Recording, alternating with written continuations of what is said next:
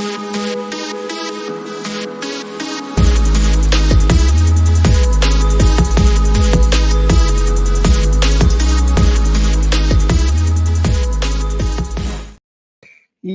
people, welcome back to GNA TV and Chelsea Fan TV for another match preview to the Chelsea versus Bournemouth game, last game of the season. Guys, I know my Wi-Fi is playing up at the moment. I don't know why it's doing that. It will sort itself out in a second. So I can see that it's pretty low at the moment. Apologies for the quality at the moment. It will sort itself out. Big up to every single one of you that are in here, guys. We've got lots to discuss. We've got the Estevao. Discussion to have. We've also signed a new set piece coach, which we'll be getting into. We've got a lot to discuss and get over with as well, guys. Smash a like, subscribe, and let's cue that intro.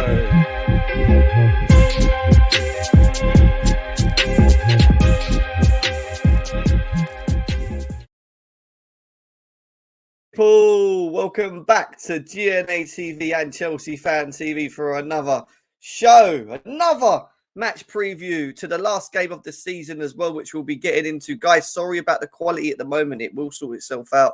I don't know what's going on with it. It will sort itself out. I'm sorry. It always does this at the beginning. I don't know why. It's really irritating me as well, how it keeps doing it. But I'm going to get straight into things anyway. Hope you guys are all well and smashing the likes. Guys, do me a favor, get the likes up. Let's get the likes up if you can. I'm going to make myself smaller so that obviously you can't see me. You can't see me. I'm just in the bottom corner, as you can see. Let's say hello to you guys in the chat. Over 45 people in the building already, guys. Tap the screen, share it out. Let's get the likes up if we can as well, guys. Come on, run it up, run it up, run it up. Ashraf says, Jacob Steinberg woke up and chose violence. We've got that. Shivendra, welcome. He says, big up, Jim. Enjoyed your discussions with Don and Danai. Big up to you, bro. How are you? Good to see you. Eden, what you saying, guys? Over 50 people here already. Smash the likes. Seb, how are you as well? Eden, welcome. Please answer me. Answer what, Eden? Blue, EDHD, welcome. How are you, Seb? Guys, come and say hello in the chat. Let us know where you're from as well. Chelsea Fan TV, man. Let's go. Let's go, bro. Big love to you, Seb. How are you, brother? We've got lots to get into as well, guys. Keep smashing the like, subscribe if you're new here as well, guys. So we're going to start off with this news in and around Cold Palmer, guys. Cold Palmer, as we like to call him. He is so cold. Of course he is. We know he is. He has won the Young Player of the Year. Some people may argue he should have maybe had the chance of winning the Player of the Year. Foden ended up winning that, which is no real shock to me on the back of tomorrow, then potentially winning in the league. But when you look at the Young Player of the Year, the fact that Foden was even in that was quite shocking in itself, to be honest with you. 24 years old. Doesn't make sense why he's even in there. But he has won it, and it says here from Con, he says his first season at Chelsea will go down in history. What a season this man has had, and it will go down in history. He's not only broken so many records like the one of Eden Hazard's, but this guy has really stepped up and he's set the bars high for himself. The next question for Cole Palmer is, can he be consistent? Can he continue to not? Maybe he might not hit the heights as he has this season, but at least follow on from that, which is going to be the key moving forward. We want to see. You want to see him to keep going. Big up, Jim. It's Cat's critic on the panel today. He might, I can't remember actually. I'm not too sure. Actually, not too sure. Guys, keep smashing the likes if you can. People over at Twitter, welcome. Good to see you guys. Chelsea Fan TV as well. Welcome. GNA TV, welcome, guys. Keep running up the likes, guys. Hit the thumb below me if you can. That helps the YouTube and everything as well, guys. Let's go. Come on, Chelsea. Let's have it big time. So congratulations to Cole Palmer on that. And it also kind of confirms the debate for this season. A big debate in and around who's better, who's the one, who's the guy. Well, you got your Young Player of the Season, Cole Palmer. You got the Player of the Season, Foden. And then you got Saka just holding his Saka sauce. He's hot Saka sauce. And I think that kind of confirms the type of season that these three have had. And don't get me wrong, I think Saka's a very good player. I know there's a lot of people that are up against Saka, especially in the Chelsea fan base. I think he's a very good player. But when you look at individually what these two have done, Foden for me stood out massively for Man City, higher than Haaland, De Bruyne, all of these players. I actually think Rodri should have also been involved this season. I thought he played very well, and I think he deserved maybe potentially to have been up there, but he didn't. And then you obviously have Cole Palmer, who is the Young Player of the Year as well. So big up to him. Guys, nearly 100 people in the building, 4 minutes in. Keep smashing the likes, guys, as well. Big up, Gems. Good to see you guys. Come and get your comments in the chat, guys, as well.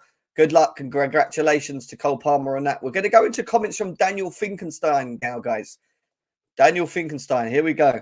Comments from Daniel Finkenstein in regards to the idea, the philosophy, the project. What is it? Why are we buying so many young players? What is it? Well, Daniel Finkenstein's come out and said this. We have been buying the next generation of world's best football players. And these players are coming to Chelsea. They are turning down other clubs and big money offers to come to this one because they can see we have a project and others are joining us. What is that project? Obviously, that was on the Chelsea FC website. I don't know if there was any more. Let's have a look. Let's see if there's any more on the Chelsea FC website in regards to Daniel Finkenstein's comments. I don't know if there is. I don't think there is. No. So, effectively, his argument is a lot of these players are signing for Chelsea because of the idea of where we're going in the future. And when you look at the signings of Kendry Payas, Estevao, who we're going to be talking about in a second as well, there's some breaking news as well that's just come in as well. Some breaking news, guys, that I am going to share with you very soon as well. Make sure you keep staying with us. I'll get this out I'll probably have to get this out in a second, actually, just to share with you guys. So we're going to have to move that to there and get straight into that one because there is some breaking news coming in and around Chelsea and the transfer market that we're going to get into. Tobbs, good to see you. Jake, guys in here, welcome. Come and smash the likes. So yeah, the thing with this is, what is the project? What is the idea? Well, it looks like we're, padding up in specific areas, especially on the right of the midfield side of things. But when you look at where we're trying to go and what we're trying to do with the future, the clear idea of what I think we're trying to do is that we're buying these young players that are going to be brought in, that are going to be starting at this football club, I feel. Not all of them. A lot of them are going to be sold for profit. And I think there's a business element to what they're trying to do, but there's also the idea of how getting the best players possible that are being touted as some of the best in that for their age, bringing them over and trying to fit them in. And the ones that do well and take their chances, they will start. The others that aren't will get sold. And that's just simply how business works. And I think this is what they want to do, Do you know what I mean? This is what I think they want to do. Guys, keep smashing the like, subscribing as well. We've got 125 people in the building. We have got some breaking news, which we're going to get into in a short second as well. Just going to quickly flick over to this comment from Begdad Egbali as well, who is understood to have reservations about Pochettino from the start, but the emotion was taken out of it and the results post-Arsenal has shifted the dynamic. So we had this discussion a couple shows back where the board was split between the idea of Pochettino staying or staying or leaving. And from what we understand, Egbani was one of the ones that wanted to change, wanted to switch, wasn't happy with the recent performances, wasn't happy with the progression. And, equally, you can't argue that. When you look at where we was in the trenches, in the mud, struggling to get in and out. But the one thing you can say is that he has turned it. And I think he's turning it at the right time. Let's say the right time. It was late, but at least he's turned it in time, meaning at some point of this season. Yes, it's a bit later in the season. Yes, you can question mark his decisions on why it took him so long to do an inverted Kukurea or, etc., or play plays in their current positions, or actually play the way we have been playing, which is 4 attacking offensive players throughout games rather than having a 3-man midfield, things like that. Yes, we've been forced into that because of injuries and stuff. But I think, when you're winning games, it doesn't matter how you're kind of winning them, providing that you're winning, it kind of puts you back in the stead of things. And we talk about having like this long-term idea of giving people opportunities or giving them chances. Big up Carlito in the building, Chelsea fan, good to see you. And I kind of like, and we're going to talk about Pochettino in a bit more in a second, but I kind of feel like, I ain't happy on the fact of how he's performed this season. But at the same time, there's a number of things that I feel are going to go his favour. And one of them is that he had to get Europa League football. And that is a massive target that I think's been at the beginning of the season. Been saying it for a long time. And I think that's always been the case. The people that have fired him are no longer speaking, is what Carlito's saying. Okay, interesting. So going on to breaking news, because there is some breaking news that's come out, actually, that we're going to start sharing. And this was come out about 10 minutes ago, guys. The 10 minutes ago is the agreement verbal agreement between Estevao and Chelsea has happened, basically. Very young, would join Chelsea in January 2025. What can we expect from him? Well, what I think they're doing or trying to do is think of the future, not just the now. And yes, he would arrive in at 2025, but even if he did, he's not starting every single game. He'd probably need to be bedded. He'd probably need to find his way through the Premier League as well. It's a lot more physical, etc., etc. You know, it's gonna take him a lot of time to maybe not take a lot of time. Depends how good he really is. You know, if we've been touted as the Messis, for example, these guys can just go anywhere in the world and play to such a high level, it doesn't matter who they're up against. And if he's in a quality team like Chelsea and is effective as well, then you know, he's going to start. And you know, for us to go and do that and go and sign him, and I just see Don put up a comment in the group chat. It's actually from Simon Johnson as well. Has he got an article here? He has. Let's go into the article. Let's go into the article, guys. Smash the like, subscribe. We've got 150 people in the building. Let's go. Let's go into the Estevao signing, which is an agreement in principle from Palmeiras, as per from Simon Johnson and Mario Cortigana. Chelsea have reached a verbal agreement to sign Estevao. The Premier League club will pay 34 million euros up front for the 70-year-old winger, with another 23 million euros tied to his performance-based incentives based on his current club and his new one. He will now move to Stamford Bridge officially in 2025 when he turns 18 and sign what is expected to be at least a seven-year contract, guys. 7-year contract. We got done. I got done. I got done, guys. It doesn't matter. We got the rift of the majority of what we wanted to see. But you know, equally we can go to Cesar, who come out with this comment earlier on, which basically says Estevao Willian reaches an agreement to play for Chelsea. The English club sent its last offer of 65 million euros guaranteed and without objectives, which was accepted by Palmeiras. It will be the most expensive sale in the history of America to Europe. It will be added in mid-2025. Now, it is a lot of money, guys. There is a lot of money. 65 million euros is about what? Just under 60 million sterling. But then again, you got to think to yourself, you know, there's incentives there, which we just read about as well, 23 million of incentives. So he's going to have to play for them. He's going to have to play to the level of the contract and what they require from him. It could be assist levels, have to be 10 a season or 15 a season. It could be scoring goals, you know, or whatever it is. It could be Champions League football, winning trophies, whatever the incentives are. He's going to have to comply with them if they are to receive the full package. And listen, if he's worth that money and he comes and he beds in, you know, and in the next 2 to 3 years of actually being at Chelsea, he finds his feet, he gets to 21, 22 from being at Chelsea at 18, 19, you know, and miraculously has a massive improvement on the team effectively, then great. But there's other players in and around that position. You got Kendry Páez, who I actually think looks very good. Very, very, very talented. Is another one, you know, that plays off the right side. You've got Hutchinson, who's on his way up from Ipswich to the Premier League. You know, you've got what's his name? Angelo, who is out on loan at the moment. You know, we've got Madueke in that position as well. So there's a lot of players in that position, in that role currently at the moment, which is interesting. You know, we can send them to our feeder club for minutes. Now, Estevao is not going to loan at all. It's impossible. 34 million and you send him on loan. No, I don't think so. If he's this good, he comes into the team, he beds, he has a pre-season. He might have a pre-season because he'll be coming in January, actually. So what they do with him in January is interesting. Do they keep him? They bring him in January halfway through a season and bed him into the team and get him settled till pre-season.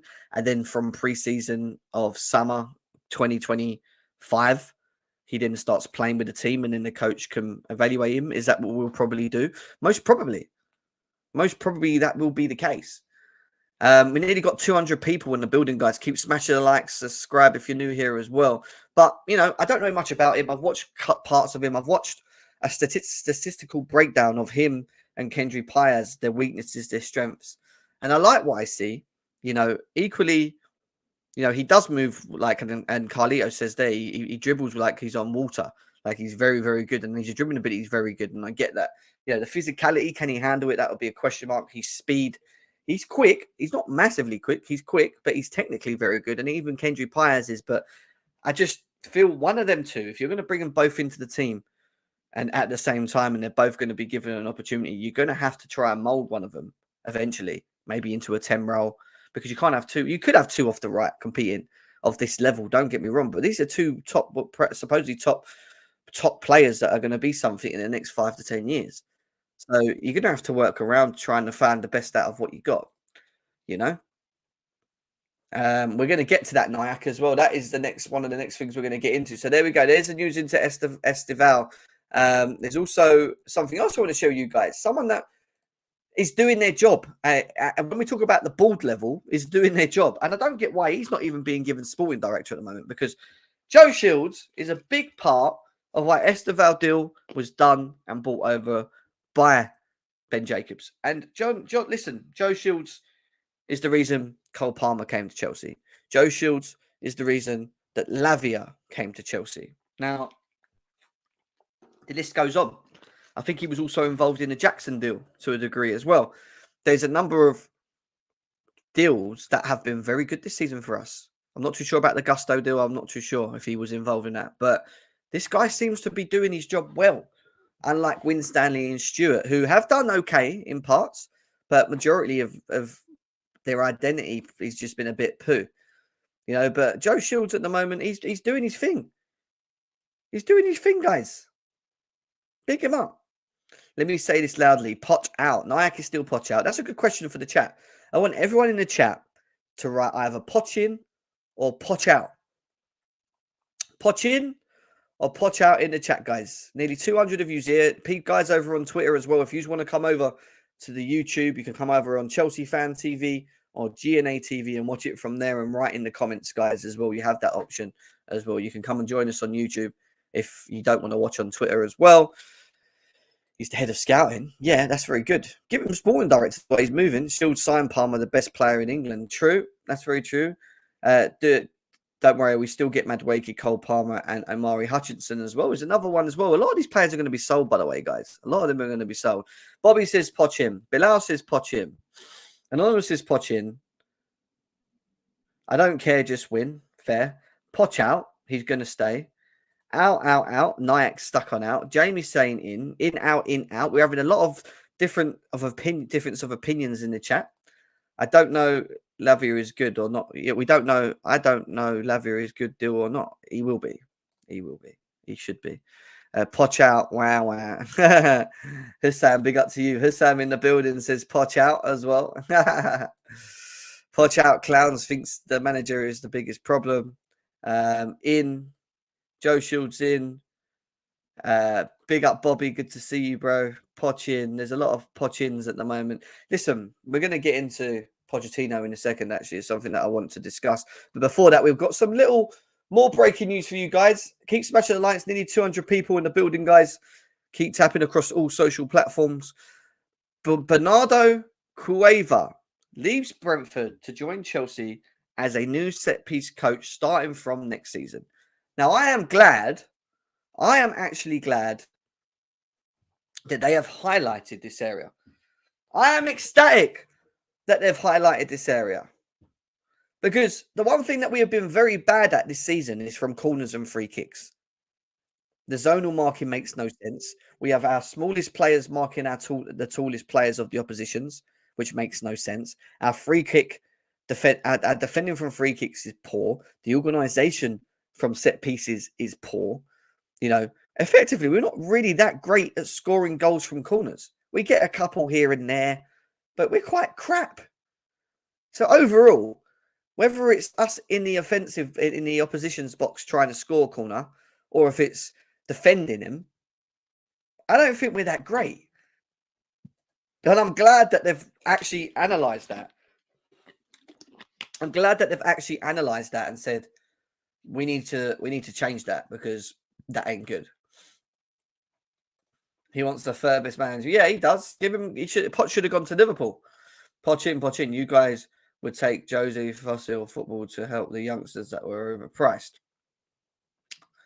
Fairs, yeah, everyone has a difference of opinions, but yeah, this is going to be an interesting one for us. We'll see how we get on next season, and it's going to be good to see how we set up from set pieces, from corners, from free kicks, and how we attack corners as well.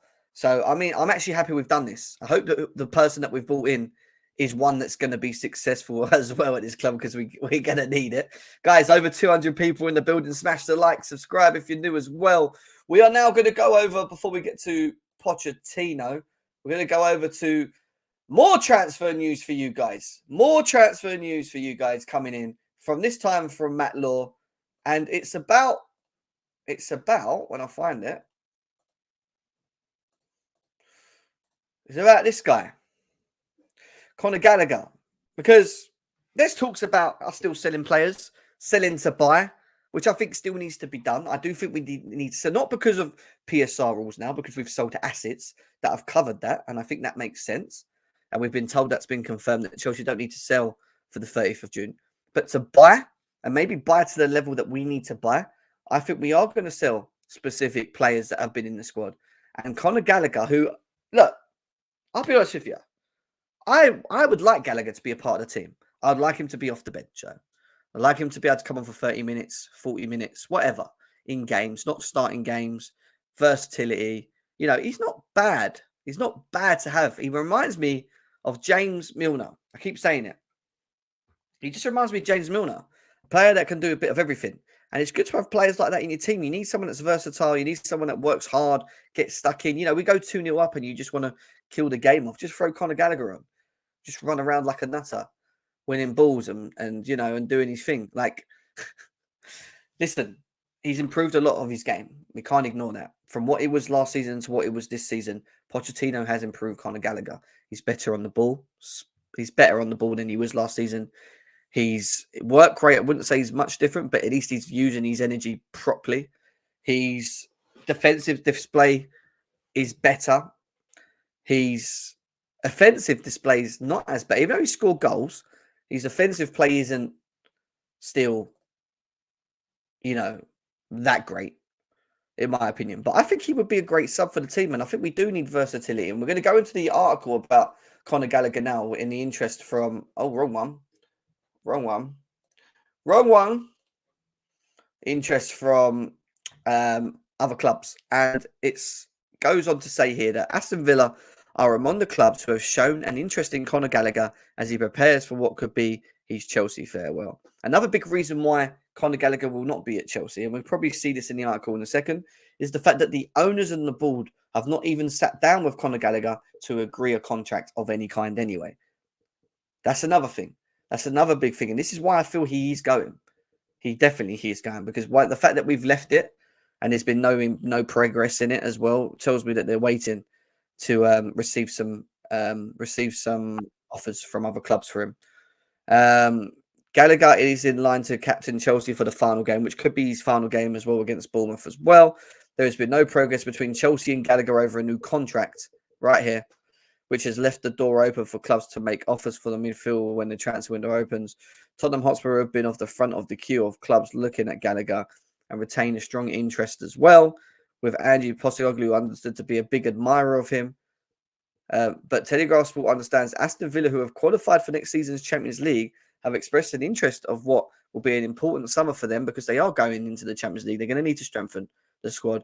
There is understood to be a good relationship at board level between Chelsea and Villa, whose young striker Duran, whose target of London club in January. It is unclear whether Chelsea retain an interest in Duran, but it's highly unlikely they would consider any sort of swap deal for an academy player like Gallagher, given his sale would count as 100% profit in terms of profitability and sustainability rules. And this is the big thing right now, isn't it? It's all about profitability and sustainability. You know, we've got to keep FFP happy. We've got to do this. We've got to do that. So, unfortunately, a lot of these young homegrown players at this football club may be sold. And it does suck because I would have kept him and played him and just had him on the bench because we don't really have that many in midfield anyway. If Lavia and Caicedo and Enzo is the only three we got, we need another, which means does that mean that we're going to buy? Are we going to bring Andre Santos back into the team? Is Leslie going to stay? Are we going to keep these young players and use them as midfield backup? You got Casadei, who doesn't even play midfield for us. He plays off the left or right under Pochettino. What are we doing? Like, what is our idea? Chelsea have previously valued Gallagher at 50 million, and his excellent performance have not diminished his worth. But 1 year remaining on his contract, Chelsea's asking price may have to drop. Gallagher will be part of the England squad as well, apparently. So that again, if Gallagher does get any chance of playing in that team, could help with his market value. While Chelsea will not risk him running down his contract, the 24-year-old has not ruled out staying at the Bridge and is unlikely to be pushed into any move if he's unsure about it. Tottenham going to the final day of the season, only 3 points off Chelsea. Villa and Spurs are not blah, blah, blah. Gallagher has impressed Stamford Bridge Chiefs with his attitude, both on and off the pitch this season. But despite his superb displays, there's an expectation he will face a greater competition for his place next season. Why? Because we're going to have better quality in there. Obviously, he shouldn't be starting games, but just, if you're not going to start him in games, just at least have him on the bench, And Nkunku is expected to start in the new first choice number 10, apparently, while Enzo and Romeo will have both returned to fitness to compete for places next to Moises Caicedo. Sunday's game against Bournemouth will definitely be Thiago Silva's last one, while it will be remaining to be seen if it marks Trevor Chalobah's farewell. Chelsea tried to see Chalobah last summer, were expected to accept bids for him this year, but the defender has performed brilliantly since stepping in. Listen, Trevor Chalobah should not be sold, guys. I'm telling you now, if there's one player I am not willing to sell, is Chalobah. Even more. Because Chalobah's versatile, because Chalobah's performed, because Chalobah's shown experience, unlike some of our defenders, because Chalobah's actually better than Disasi. And that's just because he's more mature in this league. And we can give Disasi another season or two. Badia Shield. Fofana's played a quarter of 2 seasons. He's not even on the pitch. Levi Colwell's had a toe injury for it feels like forever, 3 months or so. But, when he's back, he should be in and around the team. So why would we be getting rid of Chalobah again if we're going to, unless we're going to buy in that area? But if you go out and buy in the market a £60 million young player from France in defence or Portugal who hasn't got much experience and you bring him in again, we're just back to square one, really. So why are we getting rid of all of the little experience that we have? And Thiago Silva's going next season, which I still don't get. His kids are still playing football for Chelsea. They're contracted. Why didn't they just give him another year contract? Why? Why not? Like, it's not like he's performing bad. He's still playing games and still performing to a standard. Like, why did we do that? Unless you're gonna like I'm saying, they're planning to bring someone in defence with experience, but then who? Who are they bringing in defence with experience? These are things that don't make sense to me, Chalobah's going to be sold, and that's the one I'd be pissed off with. It's the same, Nyack. We're on the same boat. I am. If I have to come on here and do a Chalobah has left Chelsea, I'm not going to be happy. I promise you now. It's not going to be a happy gem. That's for sure. It's not going to be a happy gem. Last summer, I expected head coach Pochettino stated on Friday he will not make an end-of-season speech to supporters after Bournemouth game ahead of Chelsea's end-of-season review. Pochettino once again non-committal on his future ahead of the Sunday match, and along with Gallagher, was not name-checked in column written by Danny Finkelstein in Chelsea's matchday programme. Interesting. Finkelstein set out why he was confident Chelsea are headed in the right direction, highlighting Nkunku, Caicedo, Palmer, Cucurella, Jackson, Madueke, Mudryk. There was no mention of Pochettino, who has moulded them into the team, or Gallagher, who has captained the side for most of the season. And I've been one of the top performers, but Chelsea insiders insist the omissions of the pair were not intentional or in any way reflective of their futures. And then Finkelstein, as he said, went on to say what he said, which is what I told you guys earlier on. So, guys, there's still over 200 people in the building. Make sure you're smashing the likes, guys. Smash the likes, share it out. Come and say hello in the chat, guys. Good to see you all here as well. We're going to go into a bit of Pochettino. Then we've got the game, guys. We are going to get into the game. We've been on for half hour now, but we're going to start talking about the game. We've got the panel to come in as well, who will be joining us very soon. Pochettino came out with these comments. We're not going to celebrate take a picture finishing in 5th or 6th in Europe. It's not enough for the club. the owners, the sporting directors, or the players. It's not enough for us. He knows it's not enough for them. So what was your actual targets, Pochettino? The fact that you've mentioned sporting directors, owners, the fact that you've had to highlight that. Apparently, there's no celebration for finishing 56. Was the target to get Champions League, but they've given him the exception of Europa, and that's why they're not celebrating it, which I think could be the case. And he has to get Europa League, by the way. If he doesn't get Europa League tomorrow and we lose to Bournemouth and Newcastle win, he's gone. He's gone. I'm telling you, he's gone. If he wins tomorrow, he buys himself another season. And then he's got to continue with what he's done at the end of this season, going into next. And why I don't mind it to a degree is not only because I feel the manager availability is not great. It's not great. Name me some managers that you would like to take over Pochettino in the current market available now. And let's discuss that. I want to know. I want to know what people's thoughts and opinions are. Another second big reason why, even though I don't back this guy, I didn't want this guy at the beginning. I didn't even want him. I was one of the only guys that said that I don't want him for these reasons. Yeah. But one of the only other reasons why I feel he will stay again is that there was comments coming out saying that the players are happy with the system, they're happy with the manager, they're happy with this. And that's Chelsea fans. One of the biggest things that we always used to bang on about in the past is when the players are not happy and they're not playing for him, get rid of him. Not only are not the fans, but once you get that message that the players aren't and they're not enjoying it, then it's all get rid of him. The players ain't happy. Why are we keeping him? Well, now the players are happy, supposedly. The players are happy in playing in the systems that he's done for the last couple of games. And they want to see how it goes. So effectively, going against the players and where we are at the moment is another reason why I think he probably won't go and why we shouldn't get rid of him. But it doesn't mean he can start the way he has started, like he did this season in the first 10 games. And I don't care if Nkunku's out or Lavia or James. We know James is not going to be around. I don't care. You can't have these excuses anymore. We're going to go into the summer window. We'll see what new players we've brought in. We'll see who we've let go and things like that, etc. He needs to continue what he's done. He has to. Yeah, and we're going to do a big breakdown, guys. Next week, just to let you all know here now, so you know, next week, we've got 5 shows back to back to back. Monday, we've got the match reaction to the Bournemouth game.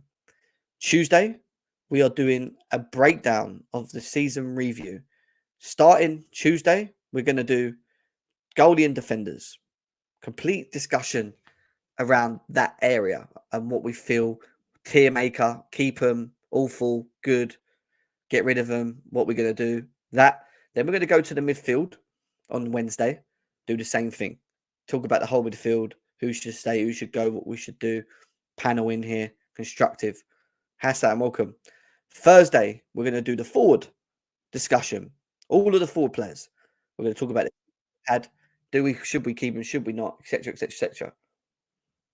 And then Friday, the manager. Does he stay? Does he go? How do we feel he's performed overall? What do we expect? So all next week, you're going to have 5 shows, guys. 5 shows back to back to watch as well. Daniel, how are you, bro? Good to see you. Nice to see you. Hassan, big up to you as well. Guys, smash a like. There's over 200 people currently in the building right now as well. Good to see every single one of you in here. I hope you are all well. All the best managers in the world are solid defensively. Correct.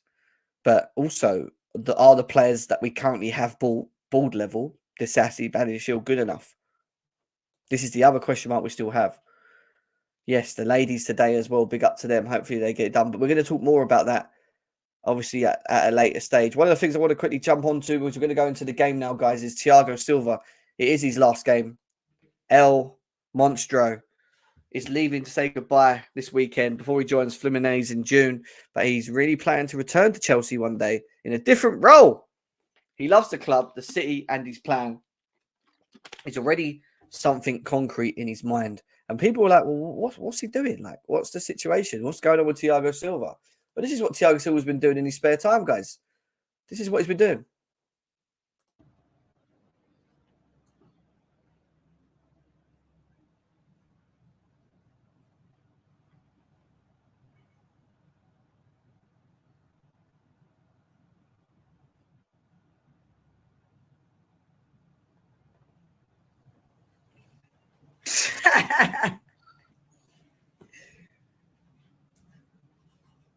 Ele fica vendo o jogo das crianças.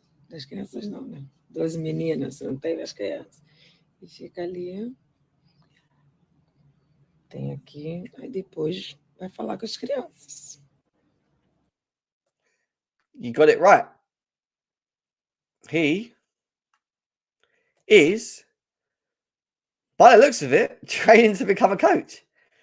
He's watching Chelsea games. He's watching formations. He's watching style. He's learning from supposedly De Zerbi. He's learning from so many managers, trying to work out how to set up, how to work it out. Look at him. Look at him. Look. He's distancing. He's doing it all. Look, go on, Thiago Silva. So yeah, he's going over there to play. Yeah, he's going over there to play for a season, but he's already thinking about his return to Chelsea because once he's done 1 year there, I think he's going to retire. Then he's going to come back to this football club. He's two young kids are contracted to Chelsea, so he's going to be here automatically. Whether or not he get a coaching role is going to be well too early to say. I don't think it will start. Maybe he will have some sort of role in the club. Maybe they'll find maybe with the reserves or something. That could happen. Could he be a coach for the future? Maybe. A couple of years' time.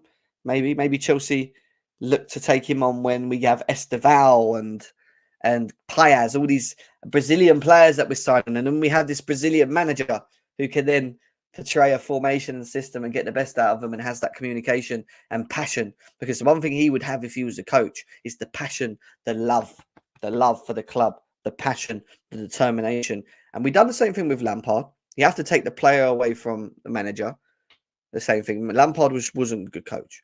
He just isn't a good coach. Thiago Silva is going to be given an opportunity. You know? America to Europe at Thai Sports. Big up to you, man.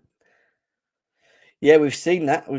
So, yeah, Thiago Silva potentially becoming a Chelsea. Let me quickly ping this to the boys as well. I forgot to do that. Let me just do that to the boys now.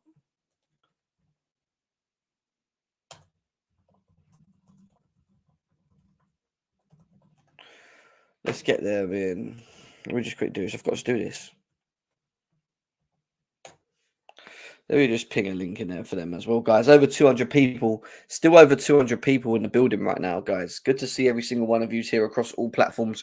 Say hello to us on Twitter, guys. Say hello to us on Chelsea Fan TV and GNA TV as well. 200 people in the building. Now we're going to go into the game. And we're going to talk about Nkunku quickly as well because I feel like we've got to have this quick discussion in and around the potentials of him starting as a 10 next season. Christian Nkunku is expected to start as next season as Chelsea's first choice 10. What does that mean for Cole Palmer? That means he goes out to the right or the left? Because I don't know if I believe this fully still, because I feel like there's a versatility option here. And I think in game it changes anyway. But what I think we have to do is work on maybe getting Nkunku and Palmer to play both in that role, where you have like 2 10s, but they're versatile and they switch. And I think we're kind of doing it at the moment now. So if you see Nkunku starting off in the left side, playing inverted, which he will play out there, but he always finds, you also notice that he always finds himself in the 10 role, which means Palmer pulls to the right, he goes into the 10, or Palmer occupies space. And this is the quality of the two individuals that we possess. They both play the game at their own speed. They both have the idea to the image to know where to find space on the pitch. They both do. They're just technically very gifted, good players. Very gifted, good players. You know, and I think next season what Poch needs to do is he needs to work out how to get them to play in this way of, all right, that's your formation, but rotate in between game, understand each other's position. So if Palmer's over there, Nkunku goes into the middle and occupies the Palmer space. Or if Nkunku's all the way over at the left, Palmer's in the 10 role, he occupies the 10 role. I think there's got to be that chemistry and understanding between these players. It has to be that chemistry and understanding. I don't mind Nkunku. Guys, nearly 250 people in the building right now. Big up to every single one of you's in it. You know, I don't mind the whole of them, you know, them playing. I think the way we are playing now maybe eliminates the idea of having one more midfielder. However, I feel in certain games next season, with everyone fit providing, we will see 3 midfields with 3 attackers. And if Nkunku and Palmer are fit, it would be Palmer on the right and Nkunku on the left, inverting in and then a striker, and then I'd have Lavia, Caicedo as an 8, Enzo as an 8. We have to see that. I need to see that structure. I need to see how that plays out because that's going to have to be one option.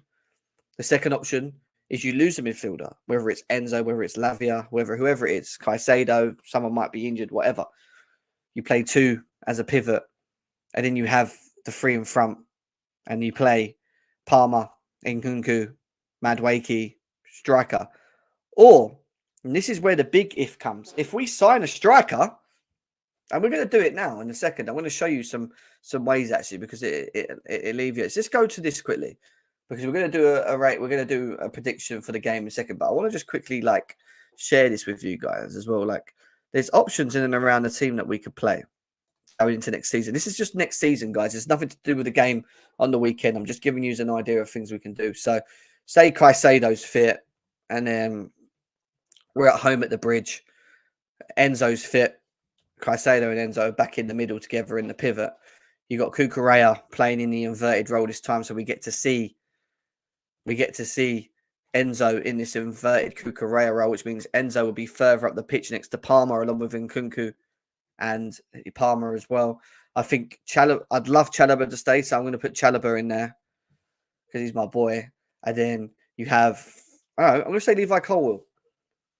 Levi Colwill back in there. And then right back, you have Reece James. Let's just say Augusto, don't really matter, but Reece James is available. What I would then do, and this could happen, there's options. Because what Nkunku does is, when Nkunku's here, he gives you options. He gives you options. So you look to see something like this. Let's zoom in a bit. You look to see something like this, where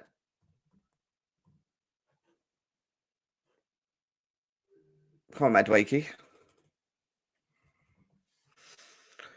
Where we play like this next season's team, and you have, let's just say Jackson for now, okay? So what you have is the ability to be able to do that, for him to go there. I don't think Madueke can go in the 10 here, but there's going to be a rotation, right? But then going into next season, if we buy a striker, this happens.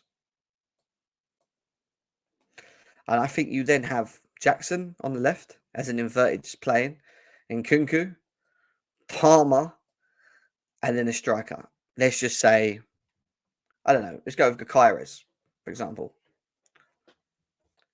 Now, that to me, because of versatility, it gives you adaptation. This could happen. All right, some people want Osimhen. Let's put Osimhen in. I know people go, why have we got Osimhen there? All right, let's put Osimhen up there. That keeps everyone happy.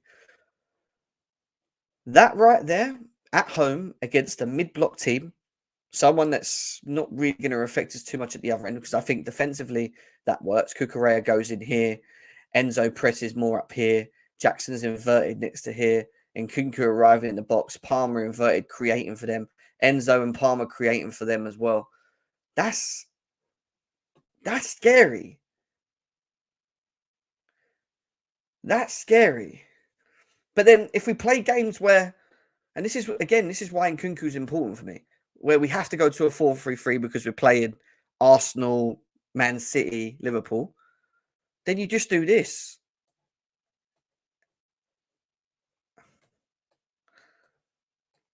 I think Jackson goes out. Yeah, and this is if Lavia is fit, by the way. And you do that. And you have 2 8s. Does that work? Yeah. You have 2 8s who are both creative off the ball, able to attack these areas and link play and create. You have 2 wingers that are able to fill in 10 roles and help, build up play. And you got fullbacks in Reece James who can get up and down the pitch. Cucurella will, but I just feel like he will play more of an inverted. Again, you could still play an inverted next to Lavia, which means Enzo can go further forward again, and he can join in the 4. So he would go a bit like that. Or Caicedo will, and he will, they can both go together, There's so much options in the team. It's ridiculous. There's so much options in that team. I wouldn't worry about that midfield. Why would we worried about that midfield? That midfield is solid. And if we didn't have Lavia, let's just say Lavia was injured. Again, it could avert to this. You could just play. You see, you can't play him out there. Let's say you could have put Jackson in the team, but Jackson won't. I mean, Jackson off the right, probably not. Off the left, maybe Nkunku would switch. I don't know, but like you could play Caicedo, Enzo, and that would be a bit more. That's another option for us as well. But effectively, that can happen. That can happen.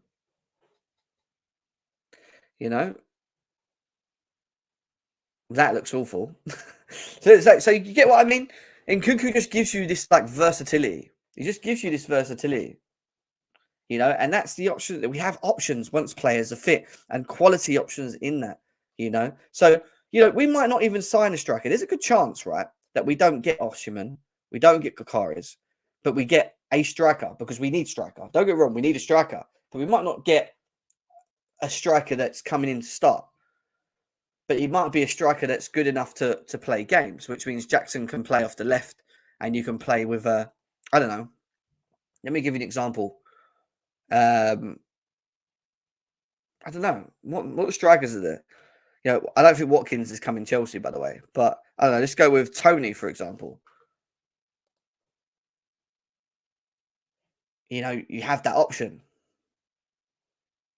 Someone that can hold the ball up. Someone that can play well off deep, hold the ball and drive. Someone that's technically good at getting around the box here. And the same here. Versatility. They will switch. Create space for each other. It's dangerous.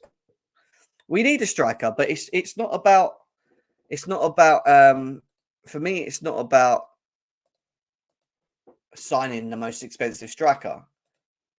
And we're going to go to the Bournemouth game anyway, because that's where we're going next. And I want to talk about the injuries, guys. And we'll come to the Bournemouth starting 11, which is what we're going to do next. In injury news, we have Carney Chukwuemeka in team training again. Sanchez is still on a reconditioning program. Mudryk with the bang in his face is still in concussion protocols, which means they're finished. They're not going to be around until next season. Enzo still continuing his rehabilitation. Fofana the same, and Lavia the same. So it's smaller. It's a smaller list, that's for sure. It's definitely a smaller list. How Chelsea going to perform against Bournemouth tomorrow? I think they just need to play. I think they just need to play exactly how they have played or have been playing up to this point. And I think we're going to go through that team now in a second. But Bournemouth, when you look at the Premier League table, guys, and we're going to go to the Premier League table. Let's have a look at it. Wrong one.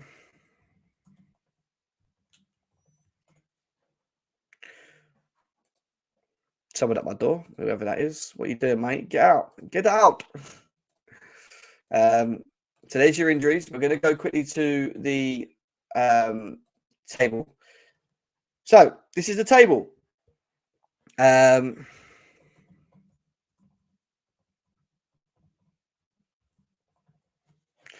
do that as well, because I need to do this. I keep forgetting to do this. No, this is not what I need. I need this. That's next. That's next. I'm just organising myself. So as you can see right here, Chelsea currently find themselves in a position of 6th, where we are at the moment, guys. Bournemouth are sitting in 11th. Their last 5 games, 3 losses, 2 draws. Up and down, but have improved. Attacking team. I think they will press.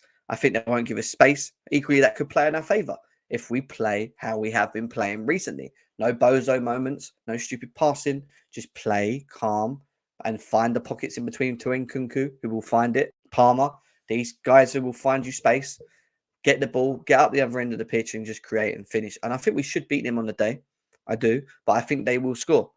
I think they will score. I've got a feeling Bournemouth are going to bang one. And I've just got a feeling Solanke, who's in very good form at the moment, might find a goal.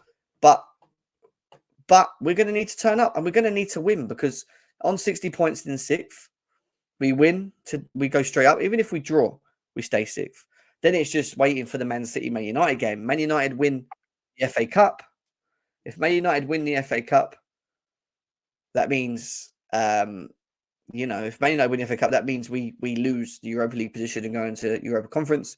But if Pochettino manages to do that and then can't do anything about that, then I don't think they're going to sack him because it's not in his control that that's happened. It is a bit because we shouldn't have drawn against Burnley. We shouldn't have drawn against Sheffield United. We shouldn't have fucking lost the games we'd lost because we wouldn't even be in this position. The fact that we find ourselves in very good form, 4 wins out of 5, only 1 draw as well, is pretty impressive, not going to lie.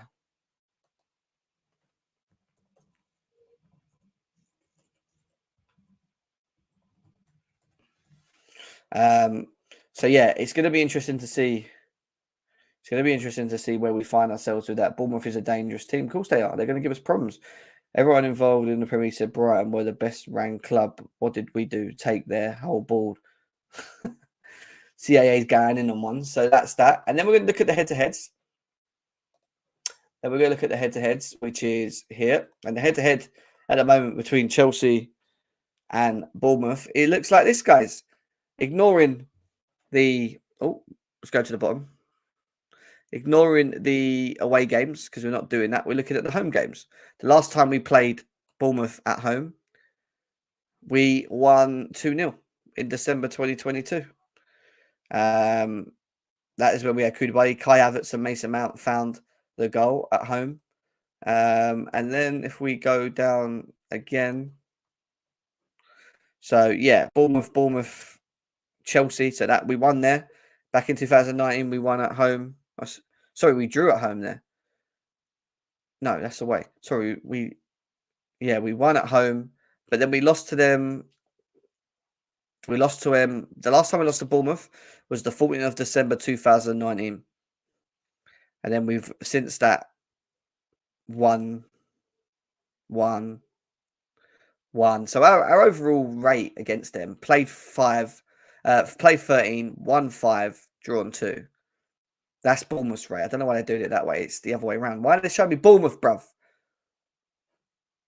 Well, that didn't work. But anyway, you can see what I mean. You can see what I mean, guys. Now, we're going to go into...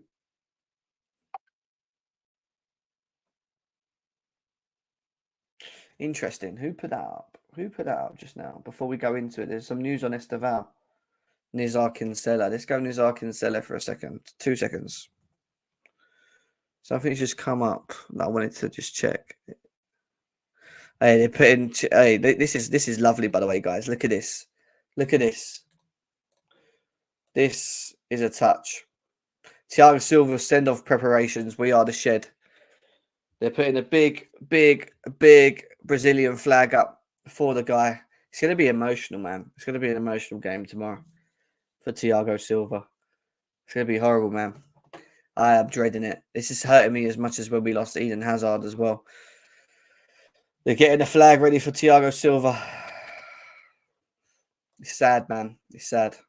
Going back to what I was about to do, which was find Nizar Kinsella's comments. There's a actual, if you want to look at an article of Atletico on Estevao, it's there, 44 million up front, 23 million tied in incentives, expected to at least have a 7-year contract, which will move in 2025. Chelsea have reached a verbal agreement. We know about that. But there was a comment from Nizar Kinsella. Lawrence Stewart oversaw the Estevao negotiation deal. What does oversaw mean? It doesn't mean anything. There's a lot coming out now. Chelsea reached a verbal agreement. 34 million euros paid up front with 23 million bonuses. He will sign a 7-year contract. Estevao and Pius, what are Chelsea cooking? Here they are together. 2 young boys coming to Chelsea Football Club as well. That's interesting. Chelsea have agreed to sign. Where's Nizar Kinsella's comments? That's what we want to find. Nizar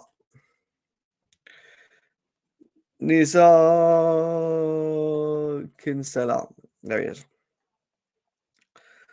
Okay. Chelsea are closing in on Estevao, but that includes add-ons. So Chelsea are closing on Estevao Willian for 65 million euros, but that includes add-ons and taxes. The initial fee will be significantly less and may not be on the accounts until 25-26 calendar season. A big move for the future. So we're making moves. Oh my God. We're making moves.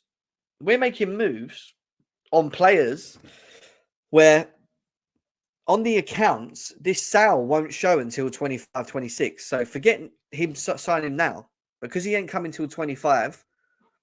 It's not going to show on the books until 25, 26. So even though we've bought a player now, or have agreed to buy a player now, the contract stipulates probably that, you know, nothing kicks in terms of ties of taxes and add-ons or anything like that that we need to pay until that period, which means we've just tied it up sooner rather than later, which is pretty clever. It's a big move. You know, that's a big move, and that's a clever move from Chelsea. A very, very clever move. Very, very, very clever move. We'll see if there's any more news just while we're in here as well.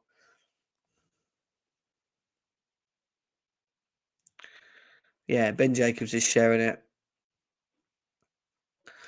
Verts, Kakaris, De Jong, Bastoni are saying else. Hudson would like to extend his stay with Ipswich Town. He's also attracting interest as well. Interesting. All right, going back to the game. I want to do a match. Preview of the team lineup. Now, we'll go through this together. Let's go through it. Let us know in the chat as well, guys, what your thoughts and feelings are as well. Obviously, Petrovic, who's had a very good season, is going to start at the back. We're going to go over back four for me of Cucurella. I think we're also going to see Silva as it's his last game. Why ain't Thiago Silva? Like, this is just down. Why is Neymar coming up? Thiago Silva, Chalobah,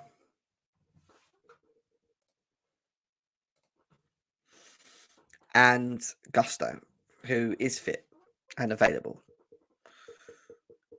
There he is. There's my back four for tomorrow's game. A very strong back four. Inverted. I think Cucurella will play in that inverted back four role again as well. And then the two in the middle is obvious. I don't think we're going to change it. I think Gallagher might be playing his last game of the season. Caicedo will be playing, as we know, and has been playing well, very, very well most of the season as well. Someone that's been put under the cards, in my opinion, for his performances. And then we're going to go Palmer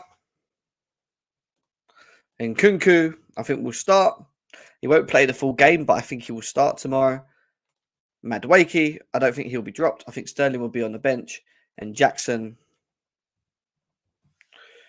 leading the line. That is my predicted 11 for the game.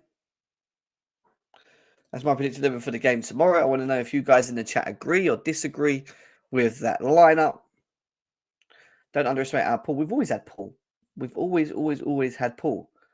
They're playing chess and making moves your little brain can't comprehend because you listen to Talk Sport all day. Who's talking to? Who you talking to, Sierra? What's up with you? You don't have Real Madrid, Paul, so you have to sign these young kids before they go. Which is just clever business. It's just clever business, right? Like, that's it. Is there an argument in the chat here? Am I missing something? Is there an argument in the chat here, guys? What's going on? Tap the screens, guys. Share it out. We are waiting on the panel. I'm assuming the panel's coming. Couch is going to join us in 10 minutes, he said. Don's on his way as well. So we have Don and Couch coming in at some point very soon. Get it in the chat. Who are you worried about tomorrow, guys? Is anyone in the team of Bournemouth that you worry about? Are we worried about, I don't know, are you worried about Solanke? Are you worried about Kirkes? Who worries you? Please let me know in the chat. I'd be interested to know. I'd be interested to know your thoughts and feelings, guys. Let us know. Let us know in the chat. Let's read some of the chat as well. What whole discussions going? There's a whole discussion going on, Jem. What's going on? Like that team still don't like Cuckoo though. They're right winger. Forgot this. Kirkes, yeah. Solanke's what Daniel says. Solanke, I think is going to be a problem tomorrow. But the way you stop that is just stop them creating and building up from the back. if they start building up from the back and they start pressing and start giving us problems, yeah, it's going to be a long day. It's going to be a long day. Of course it is. Some reason we might have been, might even win, but a single win in 10 years can't be called a genius move, man. That's not. Are you guys arguing in the chat? We got a bit of beef in the chat, guys. Let's go through some more comments. Let's see, just scroll up and see what people are saying. Big up Nav as well. I love Nkunku, Carlito. One thing I love is Nkunku. I feel if Nkunku was around as long as Palmer has this season, I think Palmer would have more assists. I think Nkunku would score the goals and chances that Palmer's created. I think we would have more points as well. I think we'd have more points on the team as well. There's a lot of things, really, a lot of things. Couch Critic is in the building. Hey, what's going on, fellas? Chatters, Jemmy. What are you guys saying, man? Everything good? I love seeing a smile on your face, Jem. There's nothing that brings me more joy than seeing a smile on your face, bro. Why, though? Why do you like seeing me smile?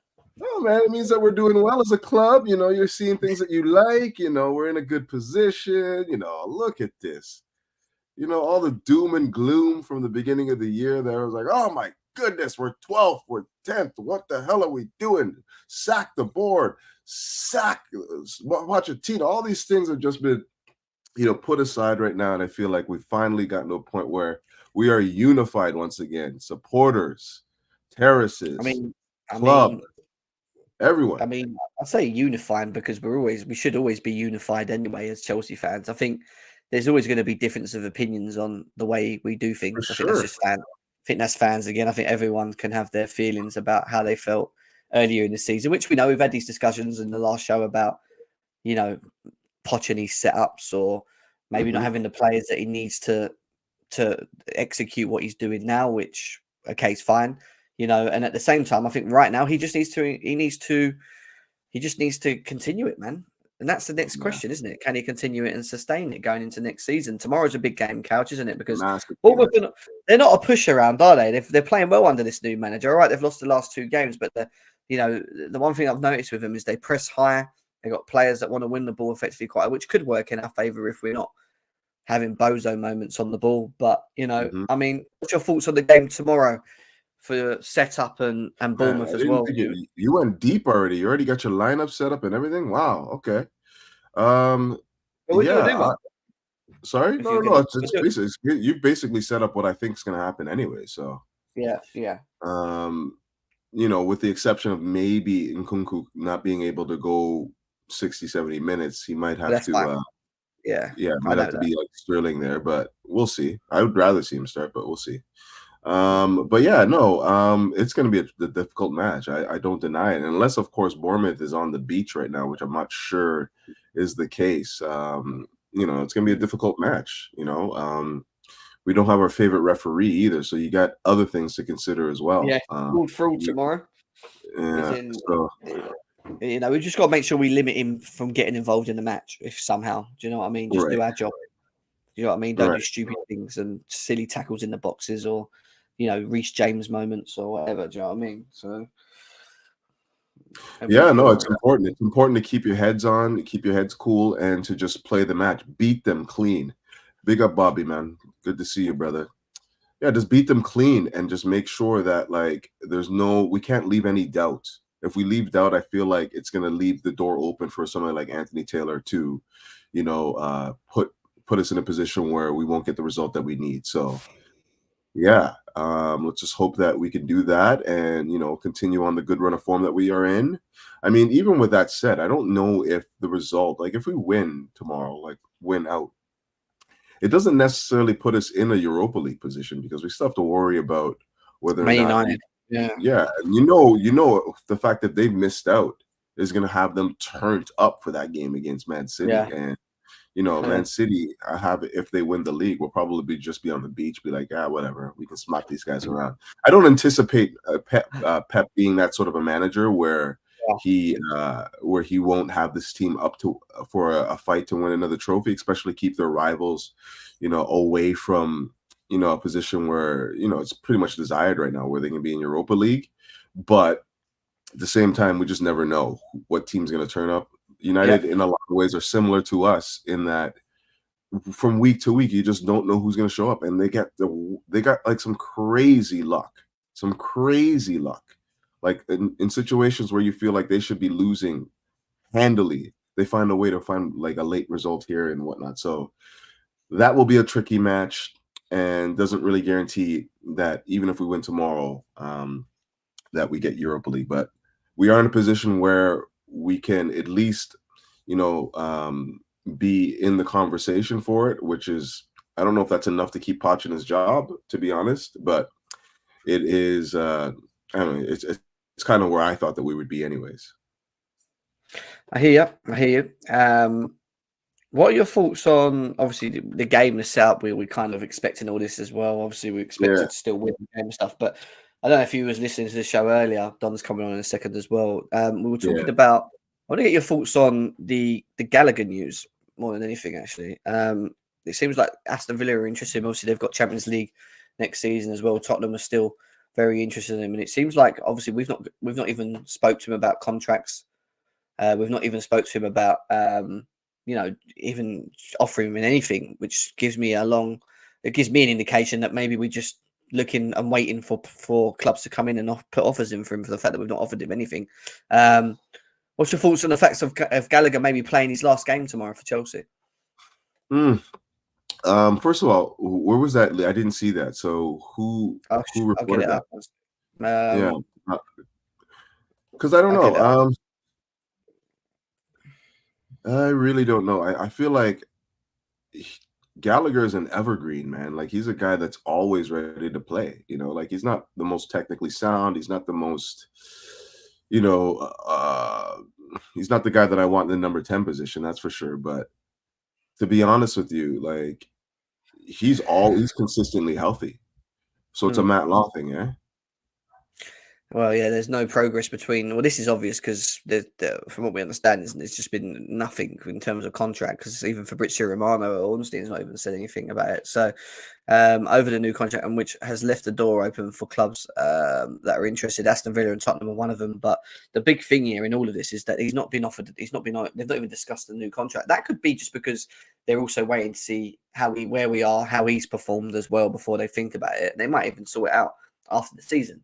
It could be the case. I don't know, but it seems like, for what Matt Law was saying was to do with profitability and sustaining it and all that stuff, that he's going to be one of the guys on the chopping board to go. I wouldn't. I'm not in a position where I want to lose sleep over losing Gallagher, but I think he's been an evergreen for us. He's been a guy that has been consistently played because he's healthy and he works hard. He's a reference point for effort on the pitch. So you lose something like this, I think you lose a bit of balance, right? Like, in terms of the types of players that we have on the pitch that are a little bit more offensively gifted and technically sound, but don't have the ability to graft, get after the ball, and make up a solid midfield. So it's a bit of a weird one for me. I'm kind of like, what's Jim? You're texting on the screen here. Oh shit! Sorry, guys. What's going on, man? You listen to what I'm saying, or you just want me talking here? What's going on here, bro? No. I just had to. Someone asked me for the link, so I just pinged it to him. The Blue Project. He wants to come in. He's been asking me for a while, so I just saw. Oh, is that Carlito guy? Yeah, he's been sweating me to get on this show, man. The guy uses, like, what's it called? Skype, and I'm like, I'm not downloading that any more new software to talk about. No, I don't think it's Carlito. I don't know who it is actually. The Blue Code Project. We'll find out. I think it's Carlito. Anyway. The whole Gallagher thing, it's if it means that we could we can go ahead and buy again in the window and address some of the other concerns that we have in the squad right now, striker, center back, potentially somebody like Olise, then I'm not really that concerned. I'm sure we can find people who can do like the leg work and the dog work that would be conducive to us being still a solid team. But Oh, here we go. Here comes Gallagher's one of Gallagher's biggest fans right here, my boy Xavi. Yes, man. Xavi's With a camera ready. on as Look at the smile on his face too. I haven't seen that in a long time, man. Look at Xavi's smile, man. Heard something about Gallagher going, and he's like, he just pops on with a big smile on his face. What's up, Brenda? What are we saying? How are we? I mean, Javi, we're just going over the whole talks around from Matt Law in regards to Gallagher potentially leaving because there's been no contract offers from the club as of yet, as it stands. And Aston Villa have come in today and apparently very interested.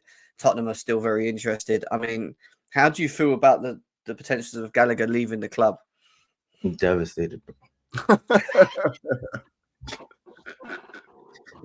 Fucking devastated.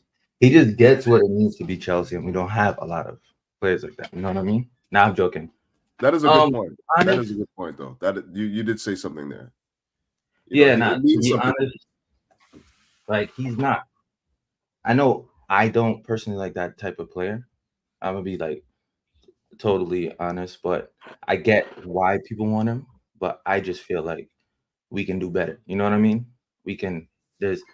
He's not like irreplaceable in terms of like the football sense, but it's like the Chelsea, like getting what it means to be Chelsea, going up in the academy and all that.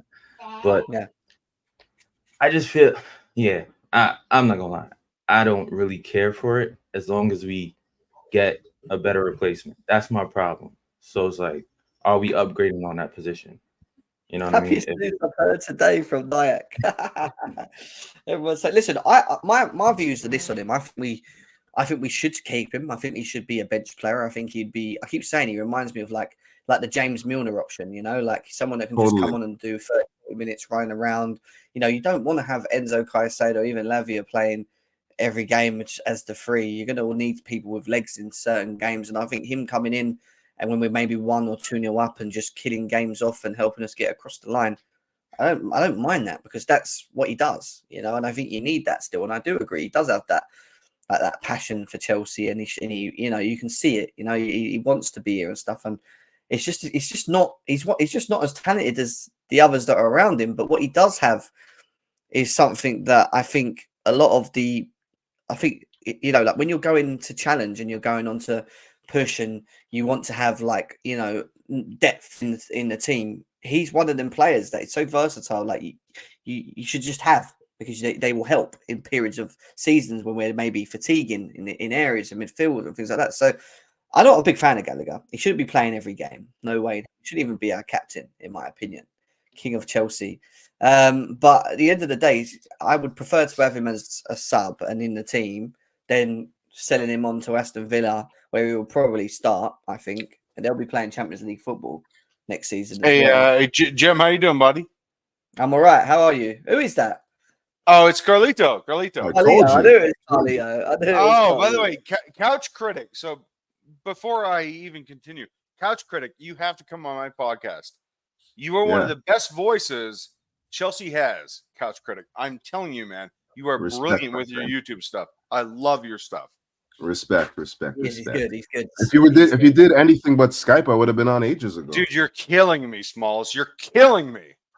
Because you are so good. No, Jim, I got to be real, man. Couch Critic, if you watch him, he is so articulate. He's brilliant, man.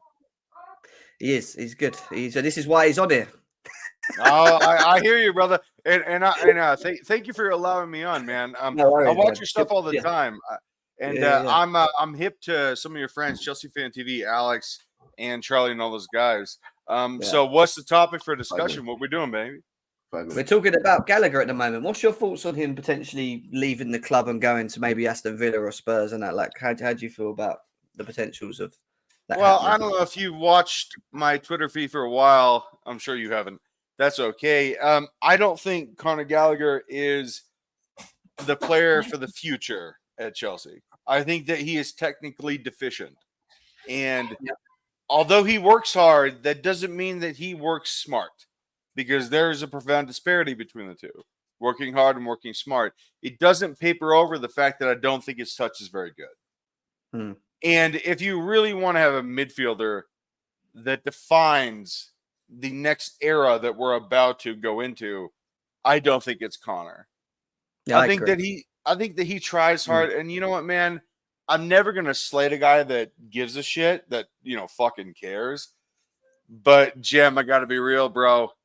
He's no Rodri, he's no Bernardo Silva. Like the guy, he's a James Milner. That's what I call him, James Milner. Yeah, but is that what you want when what our ethos has been over the last 2 years is that we are going to build a talent juggernaut. That type of talent does not include Connor. I agree that, but I also don't think it's bad to have on the bench and have the legs in games where. Yeah, but you're asking him to accept that, Jim, and I don't think he'll accept that. I don't think he has a problem with accepting it. I think that if Poch is here next season, he's gonna play. That's his guy. Are you sure? That's his guy. Yes, that's his guy. No, I don't necessarily know. Love players like that. Like if you have a midfield three, and it's or even a midfield two, where does he fit? He doesn't couch. He doesn't. Where I have a problem with Pochettino is if everyone's fit and he's still starting in the midfield, and then you got Nkunku or someone that could be in that offensive, Lavia. Yeah, like whoever. But like even if Lavia is on the bench and Gallagher's on, it might just be because he hasn't played many, whatever. But what I'm saying is, if I see Gallagher further up the pitch and we've got Nkunku and this one on the bench and that one on the bench and that, I'm gonna have problems with him because Jen, I can't imagine Gallagher up the pitch now with what we have seen from Nkunku, Palmer, and the likes of perhaps Carney Chukwuemeka in the future. No way, man. No way. Like it's all nice that we say this, but to me, when I've listened to managers' interviews, especially like the top managers, especially what they see in training, guys like the managers like the 6, 7 out of 10, you know what you're gonna get for Gallagher. A lot of players are like unknown. Sometimes they show up there, especially with our team. But with Poch and Gallagher, he's been reliable. You think like this year he's been captain. He's been our most ready player, always fit. I think he's gonna be starting next season if under Poch. Wow. I don't necessarily know that to be true. I would say that like the reason why he plays a lot and has been used a lot is because he's reliable just due to health. He's always available. You already said he's an ever ready. He's an evergreen, man. Like the guy just does not get injured. So in situations where you think that you want somebody else in that position, we just haven't had the bodies for it, But even when games didn't require Gallagher, like where we're on the front foot, we don't really need that presence of Gallagher. He still plays him. Like, you know what I mean? I have to ask you this question because you've got that nice fit. You're a handsome man. Let me ask you this question. You have this opportunity to date an 8.5/9, but you're dating a 6, and you're not happy with her, but you will settle for her. Are you really going to settle for her, or will you go for that 8.5/9? Honestly, as a man, this is stuff that I would do. Like I would go. It depends, bro. That's like a wide question. It really doesn't. Listen, that 9.5. There's a lot of pretty girls, especially when you get girls. Oh no, I understand that there are a lot of pretty girls. That's not really. Hold on. Yeah, but you could have your shallow glasses on. That film, then you don't see. Like that 6 out of that 9.5 can cook one day and not cook for like 4 weeks. By the way, there are a ton of pretty girls. That 6, 7, she's gonna stay like that pretty, like she's average, but she's gonna cook, clean, press my clothes. You feel me like that? No, but look, there are a lot of 9s out there with guys that are sick of sleeping with them. I get you, but here's the deal: when it comes to football, I know what you're gonna get with Gallagher. It's not enough. I know that, That's my bro. problem. I know that. That's me. It's like not we know enough. that. I don't trust me. These guys know I don't rate Gallagher. I'm probably one of his. And yet you're still defending him in this conversation. No, I'm just you got to be realistic and put yourself. I am being realistic, bro. man. You're saying, we all have players that start in our lineups that we believe that shouldn't be there, but coaches pick them. Like, there's a lot of games that I've seen that there's no need for Gallagher. I guess, yes, injuries, but there's a lot of games where we had a healthy squad where he's still shoehorning Gallagher and put positions that we don't need him. Like, we could easily put like a Palmer in the 10, you know what I mean? Go more offensive. Can I say this? I am Pochettino. I've been Pochettino the entire season. So is Alex. So is Charlie with Chelsea Fan TV. Lewis from Chelsea Fan TV has absolutely not been. And I know this is a Chelsea Fan TV thing right now. But my thing with Poch is just because I want him to stay does not mean that I agree with everything that he's done. I don't agree with him prioritizing Gallagher over the health of this team. However, there's a caveat to that. And that is in the last 5 games, gentlemen, this midfield with Caicedo being allowed a destroyer next to him has shown to be a considerably better partnership than what has come previous. It's simply undeniable. I don't know about that.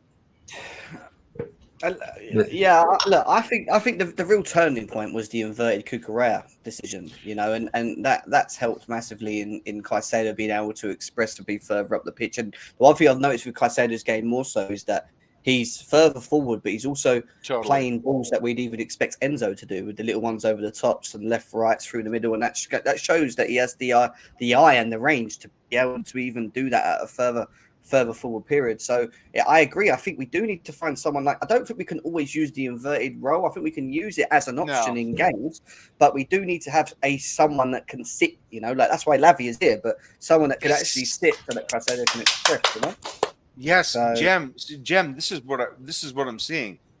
If Lavia is fit, he can sit with Caicedo around him and perhaps an Nkunku or Palmer in front of him. And the Cucurella thing, it's not a gimmick, but it certainly helps at times. I don't want us to do it all the time because it will get figured out and we will get a ball over the left-hand side that will kill us. So let's not do that all the time. But if Lavia is sitting and Caicedo is still playing, I don't see a place for Enzo if we also want to play a third midfielder where it's Palmer or Nkunku. Well, it depends how you play, though. Depends how you play, doesn't it? If you're playing a 4-3-3, then you can fit Enzo and Caicedo as your 8s, can't you? But then you lose. Right, but I don't think Pochettino wants to play a 4-3-3. I think he wants to play a 4-2-3-1 traditional 10. Yeah, and I think we will do that in a lot of games. I just think against the Man Cities and the Liverpools and that, I've got a feeling he will play 3 in the middle. They're the ones where I think he will try and make it hard. When you're playing against teams that have got strong midfields, that the ultimately to win the game is going to be the battle. Yeah, you got to win that battle. Yes, yeah, and I'm not saying but Jim, I have to press you on this. If we do have Lavia and Caicedo fit, yeah, and we have Palmer, where does Enzo fit in the equation? I do have to press you on this because I know you're a Chelsea voice, and you know that I respect you. Well, and you also know I like Enzo as well a lot. So this is the No. I have to ask you because it is important, and this is going to be a challenging question for next season. So my thing of the 4-2-3, like the way we've been playing at the moment, I do think it still falls down to who we're playing, because if we're at home up against a team that's going to ultimately play more majority of a low block or a mid block, I think we can get away with an Enzo Caicedo. But where I'd play an Enzo and Caicedo is when I know that we're going to play an inverted Cucurella. So that means Enzo can still do what he needs to do further forward, and we don't have the pressing gaps that we've seen. Because when you look at the Aston Villa game at home, where we went 2-0 behind, away, when we went 2-0 behind, before we actually firstly made that inverted Cucurella decision, the pivot was Gallagher and Caicedo. It was a mess. And people were talking about Gallagher and Caicedo being the two that looked better than Enzo and Caicedo. But the difference nothing changed tactically. It was the same bullshit. The spaces were still massive. It was what he did in the second half of Cucurella being inverted in, which allowed Gallagher to be more next to Palmer as a 10, but to help to press and win balls higher, which is why we were kicking the ball over quicker in that second half. And we got back in the game of Aston Villa because it worked. All I want to see is Enzo in the team with Caicedo, but with an inverted Cucurella. I don't think Lavia will play every game next season, in my opinion. There will be rotation in what we have to do. Especially if we get Europe. Because, and I'm not saying Lavia can't play ball. Have you seen Lavia on the ball? This guy. He is very, very good. He's very good. He's very good. But what it does give us is options, and I'd rather have these options. And Enzo might not play every game, like maybe I want to see him in certain things, and that's fine. But as long as it's working in the midfield, and I think we've got to have these options We've got to at least have these options where we know it can work either that way, either that way. Do you know what I mean? I don't think we have that at the moment. Yeah, but Jem, if it's working without Enzo, would you be okay with that? Hold on. If we're winning games, wait, hold on. No. Can I respond to him? And the difference is when you have high quality players like this, you need competition for places, bro. Of course. Bro. Like we need the players to push each other to the maximum. Like our old Chelsea, we used to have Makelele, Essien, Ballack, Lampard, all in the one midfield. Like this is a good selection headache to have, rather than we get bare injuries again and we have nobody to select from. And I think stuff is game by game basis as well. And this is where I think managers really earn. Of course, you want a settled squad where you know the base of your team, but there's certain ways to approach certain games. You know, like for example, we seen against Nottingham Forest that they were privy to Cucurella inverting, so they block up the middle. So we just need to, change the style of play and the way we play. You know what I mean? And can I ask you this one question, because this matters to so many fans, and it should matter more than it does. There are younger fans that don't want this to be part of the conversation, but the amount of money that we spend for Enzo, it does equate into expectations. You talk about reputation, you talk about salary, and you talk about the amount of money that we paid for him. All of those things in a conglomeration create expectations. Carlito, and the other thing I would say it's the same for Caicedo too. Oh, yeah, but by the way, Caicedo has not exceeded expectations by any stretch, but I know that I see a player in him. But it's crazy though, Carlito. That's what I'm saying. Like he's performing well and not getting his plaudits because of the price tag. Brother, you know what I mean? Brother, you have to incorporate it because I'm saying you should. Yeah, but you have to, because it's reality. I'm saying that. Yeah. But when I look at Caicedo, I'm seeing someone that is absolutely going to fit long term in this team. I just simply don't see it with Enzo. I know Jem loves Enzo, and look, Enzo was nice on the ball, but you also have to incorporate the fact that this is the most physical, fast league in the world, and I just don't see it because the price tag dictates to me a world beater, someone that can walk on water, and I just don't see it with Enzo, man. But then I thought he was very good when he first came to Chelsea, and I think we forget that period where he came in January, and as soon as he landed, it was also the worst period of the club in the last 25 years. Yeah, man. But that's fine. But at the same time, he still stood out like a sore thumb, and you could see the quality from a mile away on the ball, moving the ball, carrying the ball. All of that was even at the beginning of this season against Liverpool at home, he absolutely bullied. Actually, that was his best game ever as a Chelsea player.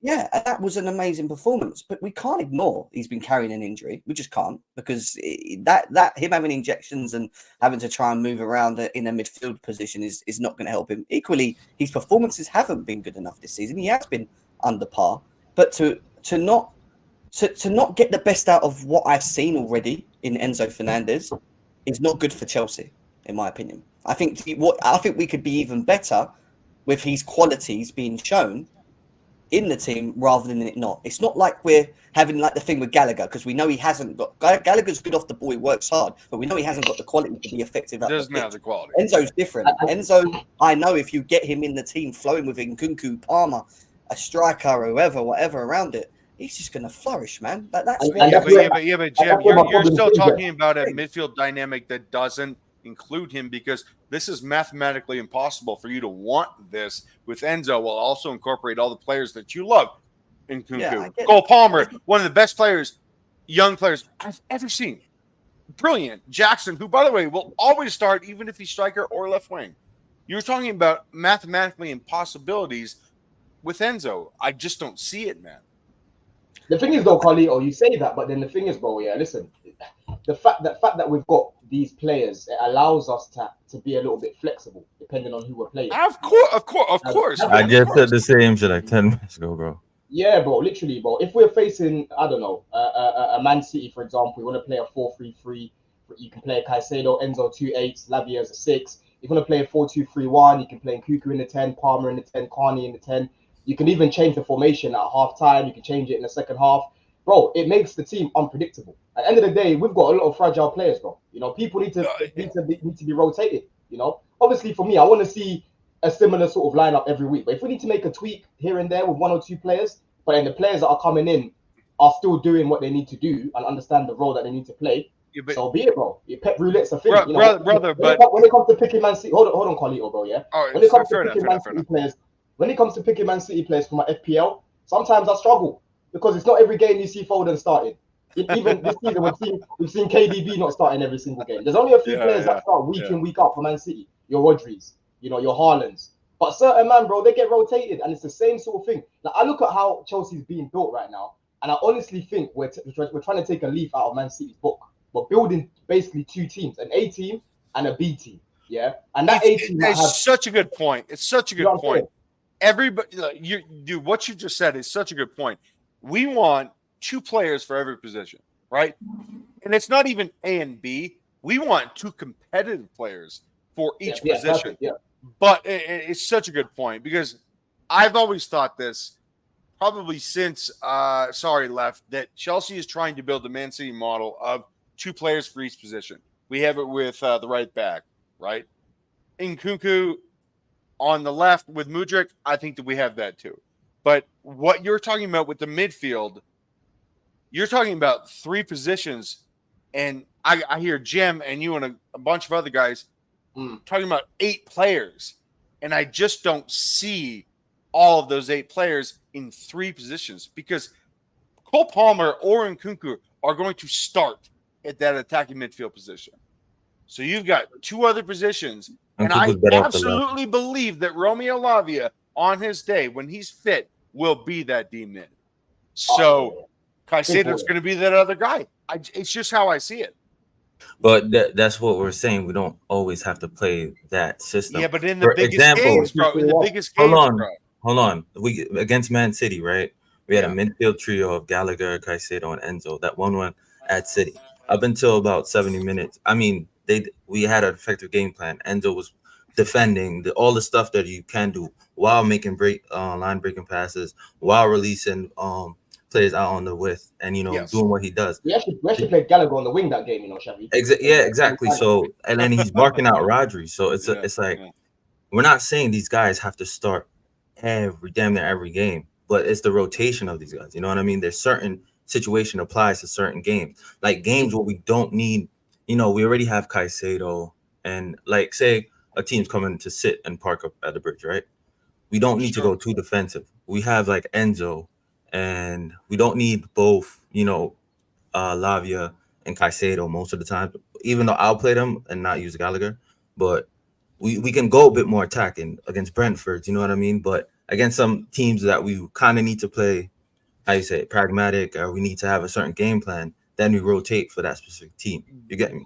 My retort for this would simply be you're asking a $136 million player to be a luxury item.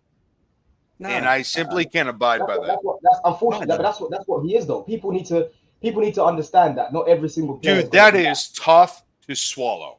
The thing is, Carlito, look. At the end of the day, we understand as Chelsea fans. We understand the context as to why we paid what we did for Enzo. Yeah, if we wanted to wait until the summer, cool. We could have got him cheaper, but now we're up against Real Madrid.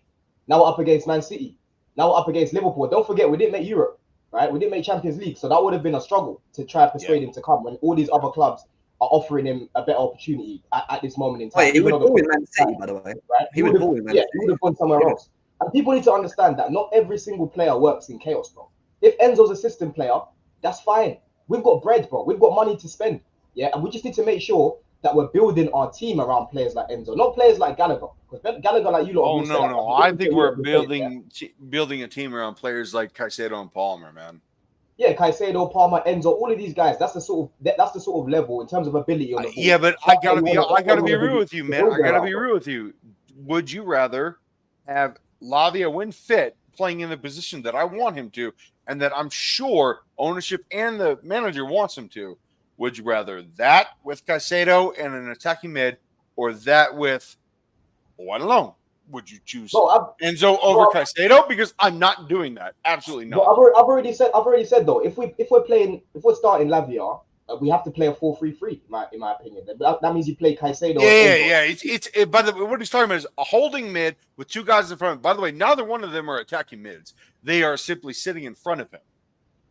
Yeah, but what they are is eight. They're box to box, and they've both shown that they can create in the offensive area, which is what we need. We want more creators for exactly. For the Yeah, but when you play that position, when you play that formation, you are absolutely nullifying the prospect of an attacking mid, which is what Cole Palmer is best. They're not, but if you want to wear them, go. No, but Cole Palmer can play on the right. I'm very well. Well, of course he can play any position. But the thing about this, the thing about this, Carlito, you're making it sound like these players have to be fixed in that position. I'm not. Hold on. Let me just explain. That's unfair. Let me explain. When you play like the 4-3-3, you have Lavia at the base, right? The 6. Sure. You probably would have Caicedo and Enzo 8 and 8, right? And you have Palmer at the. We've seen some games he's more effective on the right, and some games he's more effective in the middle. It depends. And you have Nkunku. To me, I've always said he's better off the left. So you could have them either wide or come in as, drift in as like a left forward and a right forward. They don't have to be stationary touchline wingers most of the time. You know what I mean? Like the system is the system, but then as you're playing the game, players can interchange and take up certain positions during the game. You know what I mean? It doesn't have to be. I can't see it right now, but as the game goes along, they're drifting and interchanging in different positions. I totally agree with you about Nkunku. Nkunku could play anywhere across the front line. But you're making it seem like I'm not being rigid. I'm simply saying that in a 4-3-3, you're talking about two basically front midfielders in front of the D mid. Yeah. And I simply don't understand. Well, yeah, but here's the thing: is that if we want to also incorporate Madueke, then there is no room for Enzo. Yeah, but that's where it becomes an option in rotation, and this is what we need at this club. We don't want to be. Yeah, but Jem, do you want to rotate on your best game? On your best game, man? No, but what I'm saying, Carlito, everyone. I'm sure everyone on this panel, like as much as I like Madueke and I like how he takes on his man, everyone here knows Palmer's better than Madueke. Yeah, like if Palmer started ahead of Madueke on the right, no one's complaining. And then that's even a nice headache to have because, for example, if you take off Palmer to manage his minutes, because good point. Palmer's played a lot of minutes because we've had a shit bench, right? But let's say in an ideal world, Palmer comes off, right? You're bringing on Madueke up against a tired fullback. Madueke running out of fullback, bro. That's another headache, But 100%.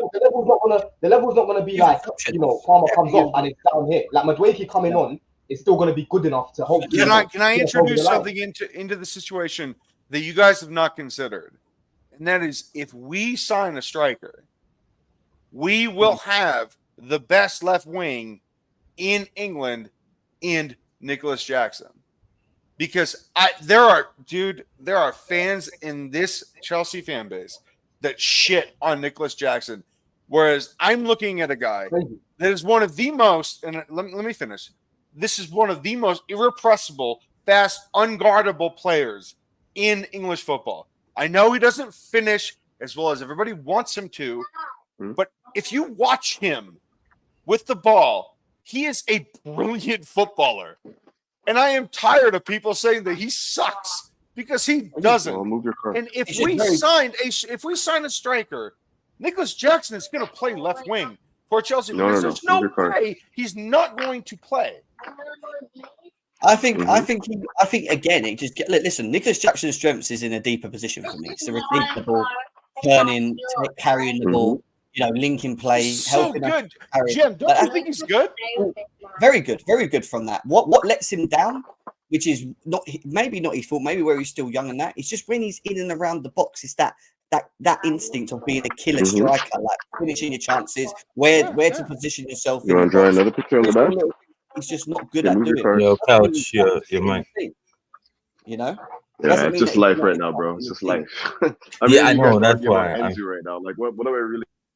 Is he talking or is he talking to someone else? I can't work out. I'm listening to you guys argue about Enzo and whether or not he has a place in this squad. Of course, he has a place, man. Like, Couch, what do you think? Well, it's clear. Like, we have a squad. Like, I don't understand how we think that we can't find games. It's horses for courses.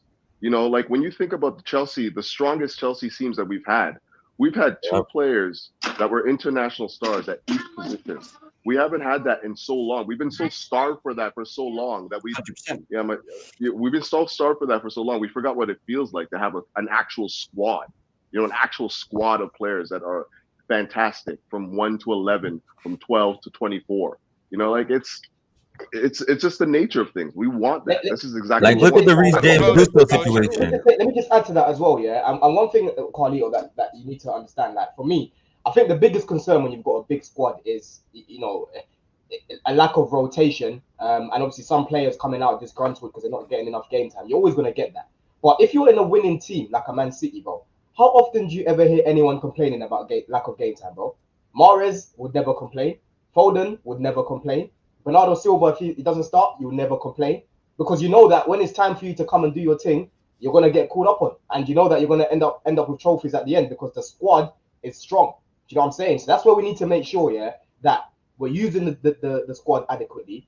Obviously, next season, I'm hoping that we don't have as many injuries because what happens with injuries, Poch just loves to use that as an excuse. Yeah, it's the reality, cool, but top coaches always find a way. It's all about problem solving. When you pay the money that you want. But honestly, bro, hold on, Carlito. Honestly, for me, how I look at it, like Couch said, we need a big squad, bro. And like I've said, we already have problems in terms of injuries, bro. Yeah, I don't trust our squad to stay fit.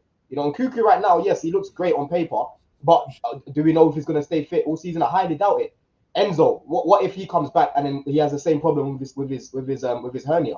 We could have again more injuries. Lavia could reoccur an injury. You know what I mean? You don't know. You need to Lavia as well. He's still growing into his body. You need to be prepared for situations like this because if we have more, if we have the same headache like last time, where it's like, okay, we've got a good squad, good 11 or good 13 players, but then after that you're looking at your bench and you're looking at Washington's, you're looking at players that Poch doesn't trust.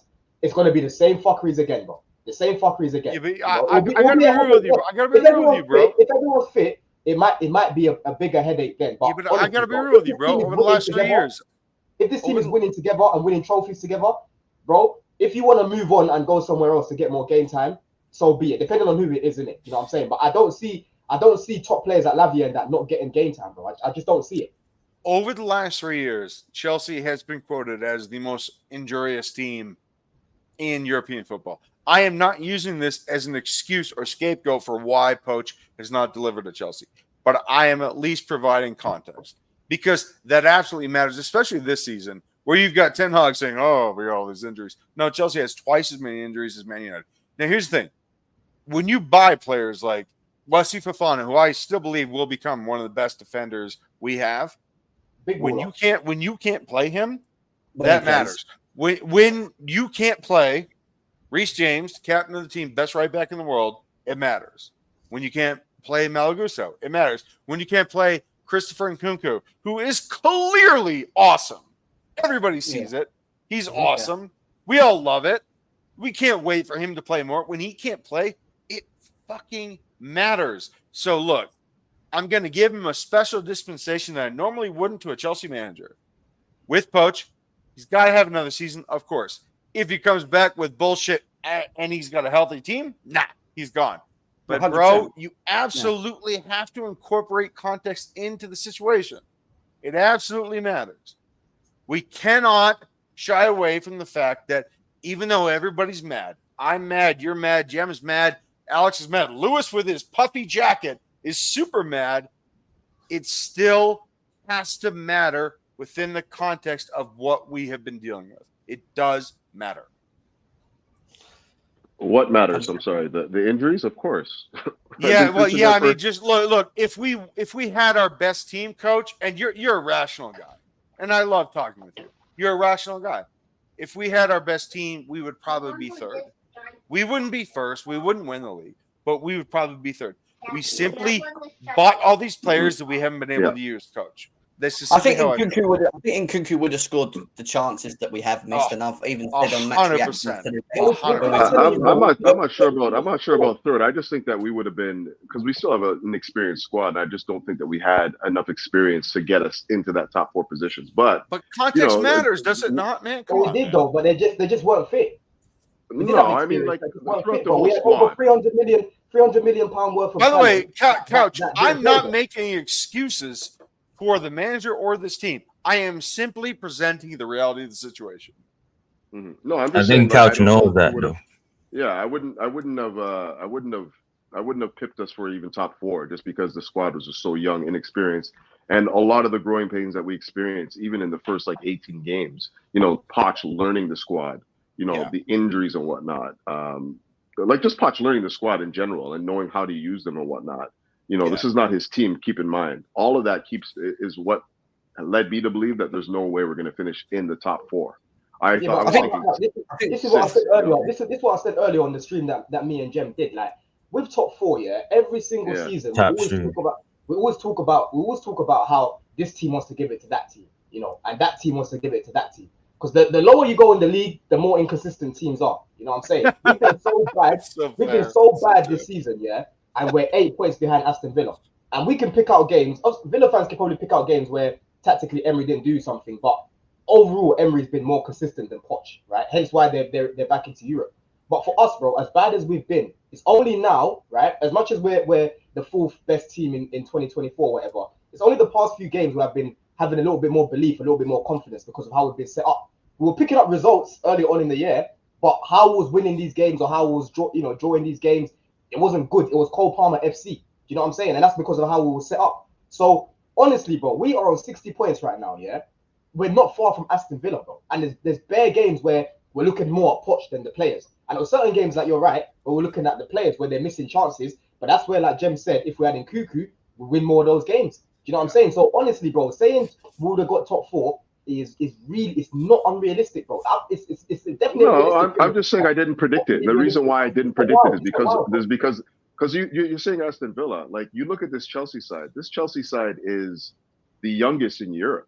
One of the youngest in Europe. So like with young teams, like you get inexperience, you get the gaps, you get the details. They're not focused on the details all the time. You get like a lack of cohesion, a lack of understanding. Well, all of that stuff happens with young squads.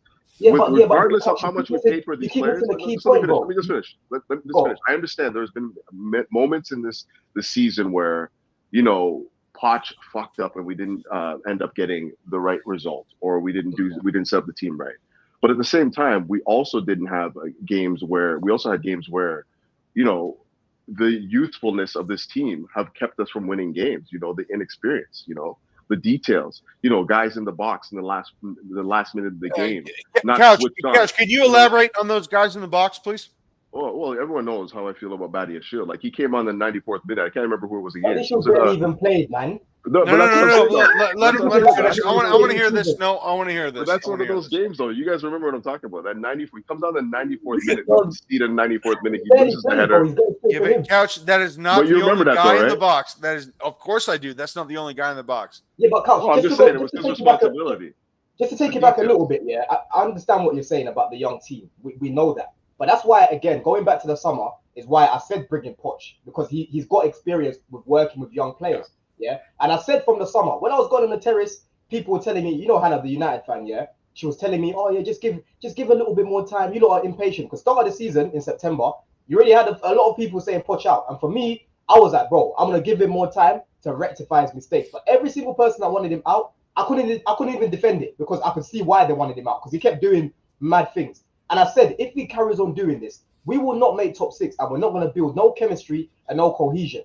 Yeah, just saying that doesn't mean anything. You need to actually make it so easy for them. Like I said, they're kids. Like you said, they're kids, sorry, yeah? They need to be on the easiest platform as possible to build chemistry, bro. Yeah? Playing Levi Cole at left back is not going to help him build any chemistry or cohesion. And then playing Chiro in front of him is not going to build any chemistry or cohesion. Playing Enzo as a 10 is not going to build no chemistry and cohesion.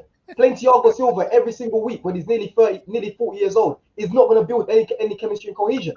And that is down to the manager deciding to play those people in those positions. And that's why I kept telling you, he's digging his own grave. I said it from the summer, he's digging his own grave, right? And it's only now that he's decided to fix up is when he's even now we're scrambling for Europe. We've basically got it, but it's like, we could have actually got top 4 if we were serious from the beginning. So end of the day, yes, he's got a young squad. That's on the onus for building that squad. But he took the job knowing what he walked into, right? And he's used the tools that he's had incorrectly. No one can tell me that Matson couldn't do a better job here than Levi Cole. No one's going to tell me that, bro. You know what I'm saying? You don't need to play Gallagher. Like Xavi has already said, Gallagher don't need to be playing in every single game. Remember that first game when we played Middlesbrough? But he does when he's the only one fit. No. Let me let my point, bro. Remember that game when we played against There's Middlesbrough? players where we had players fit and he still played, bro. Remember when we because played he trusts against them. Middlesbrough? Oh wait, the first. Well, he didn't need to play. Hold on, Shabby. Yeah, the first game when we played Middlesbrough away, we were so bad that game. We played Cole Palmer as a 9. We played Gallagher as I think we even played Gallagher as a 10 or whatever.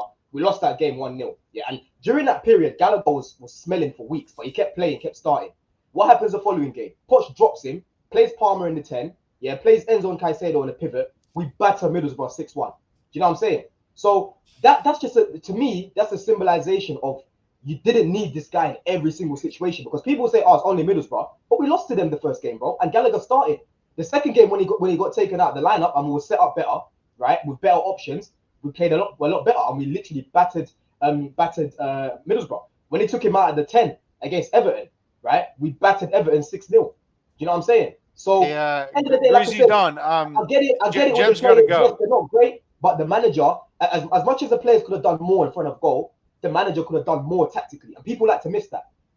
Greasy Don, Jem's got to go. By the way, I followed you. Greasy Don, you're hilarious, and I fucking love you, man. By the way, you can come on my podcast anytime, my man. That's my boy, Greasy Don. Oh, Greasy. he's hilarious. You know why you call him Greasy? Because he's always got egg on his face, man. Brother, Don. yeah, but you know what? The guy that has the balls to call himself Greasy Don, that's my type of guy. I've got a question for the panel before Jem's got to go, and that is very simple. Conor Gallagher, for me, a technically deficient player, someone that I believe hurts the team if you have Lavia, Caicedo, either Nkunku or Cole Palmer, who is, in my opinion, the best player in the country. I think that Conor Gallagher hurts the team in the long run. What say the panel about what we're going to do with the guy that is apparently the captain of this fucking team?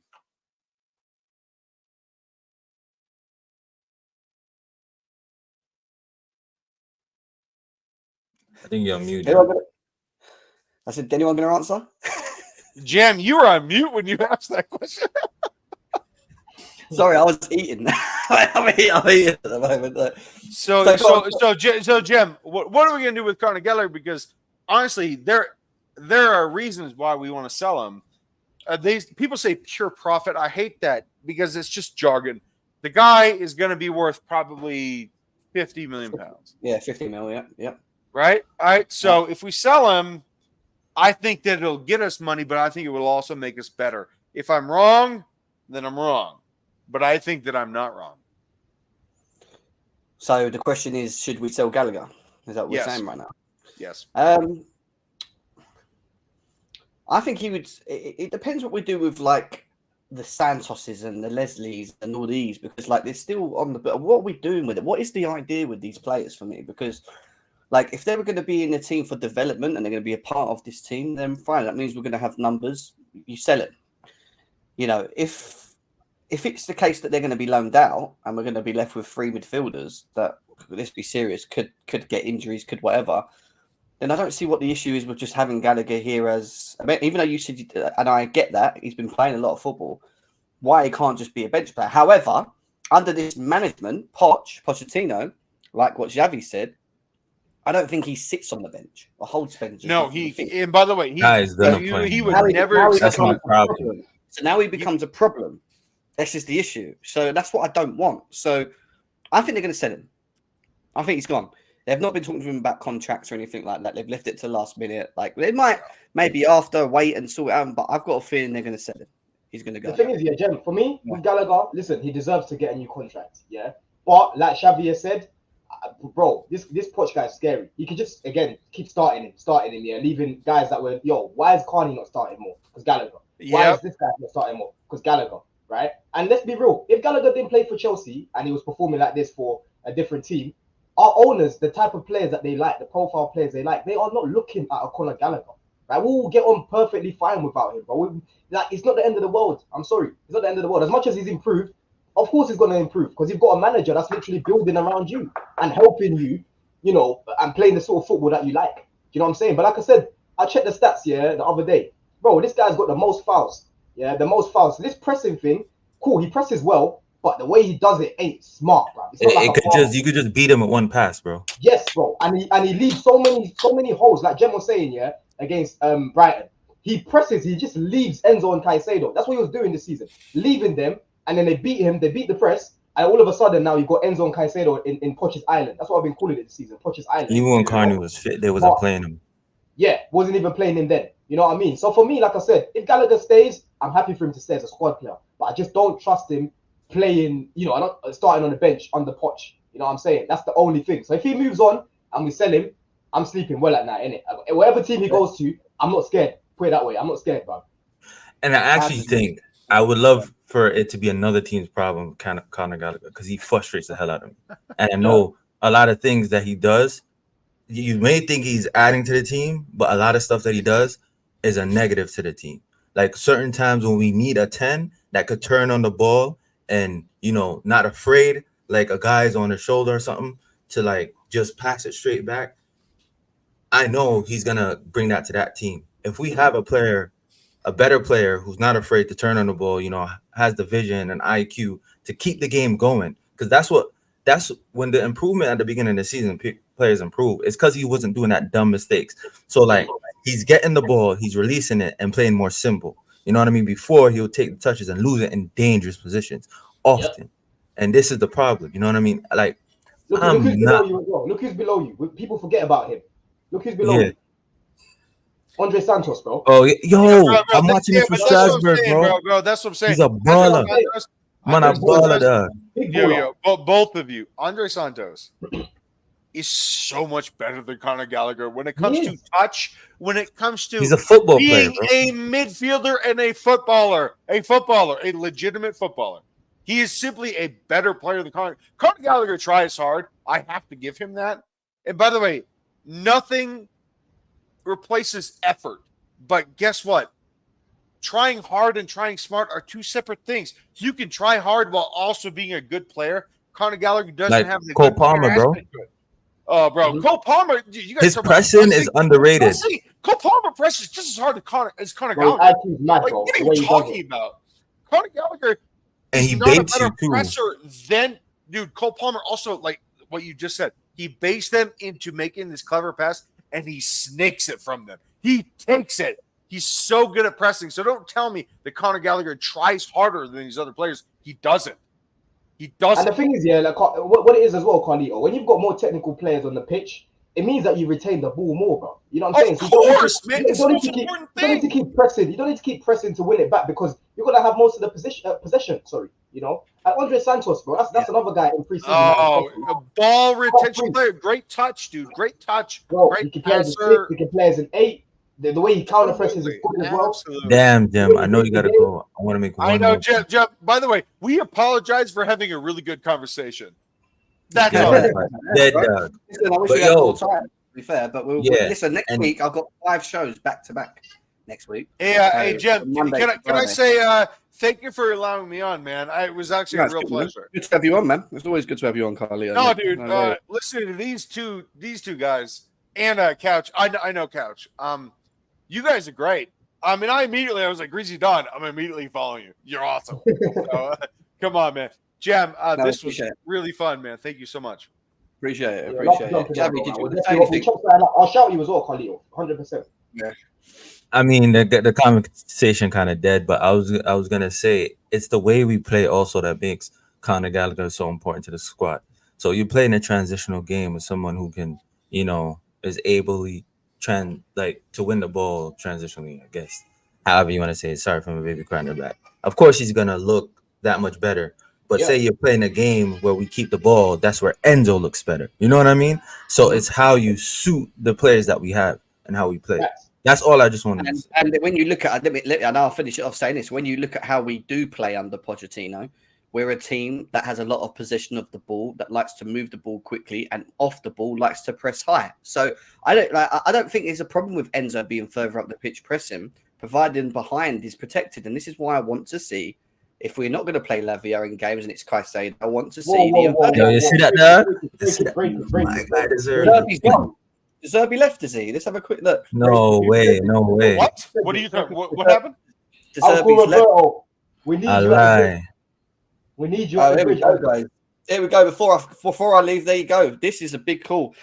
Brighton have confirmed that head coach Lazerbi will leave the club after tomorrow's final Premier Shut League the match. fuck up. He's going to Bayern Munich. Calling it right now. Yeah. He's going to Bayern Munich. That's it. Yeah.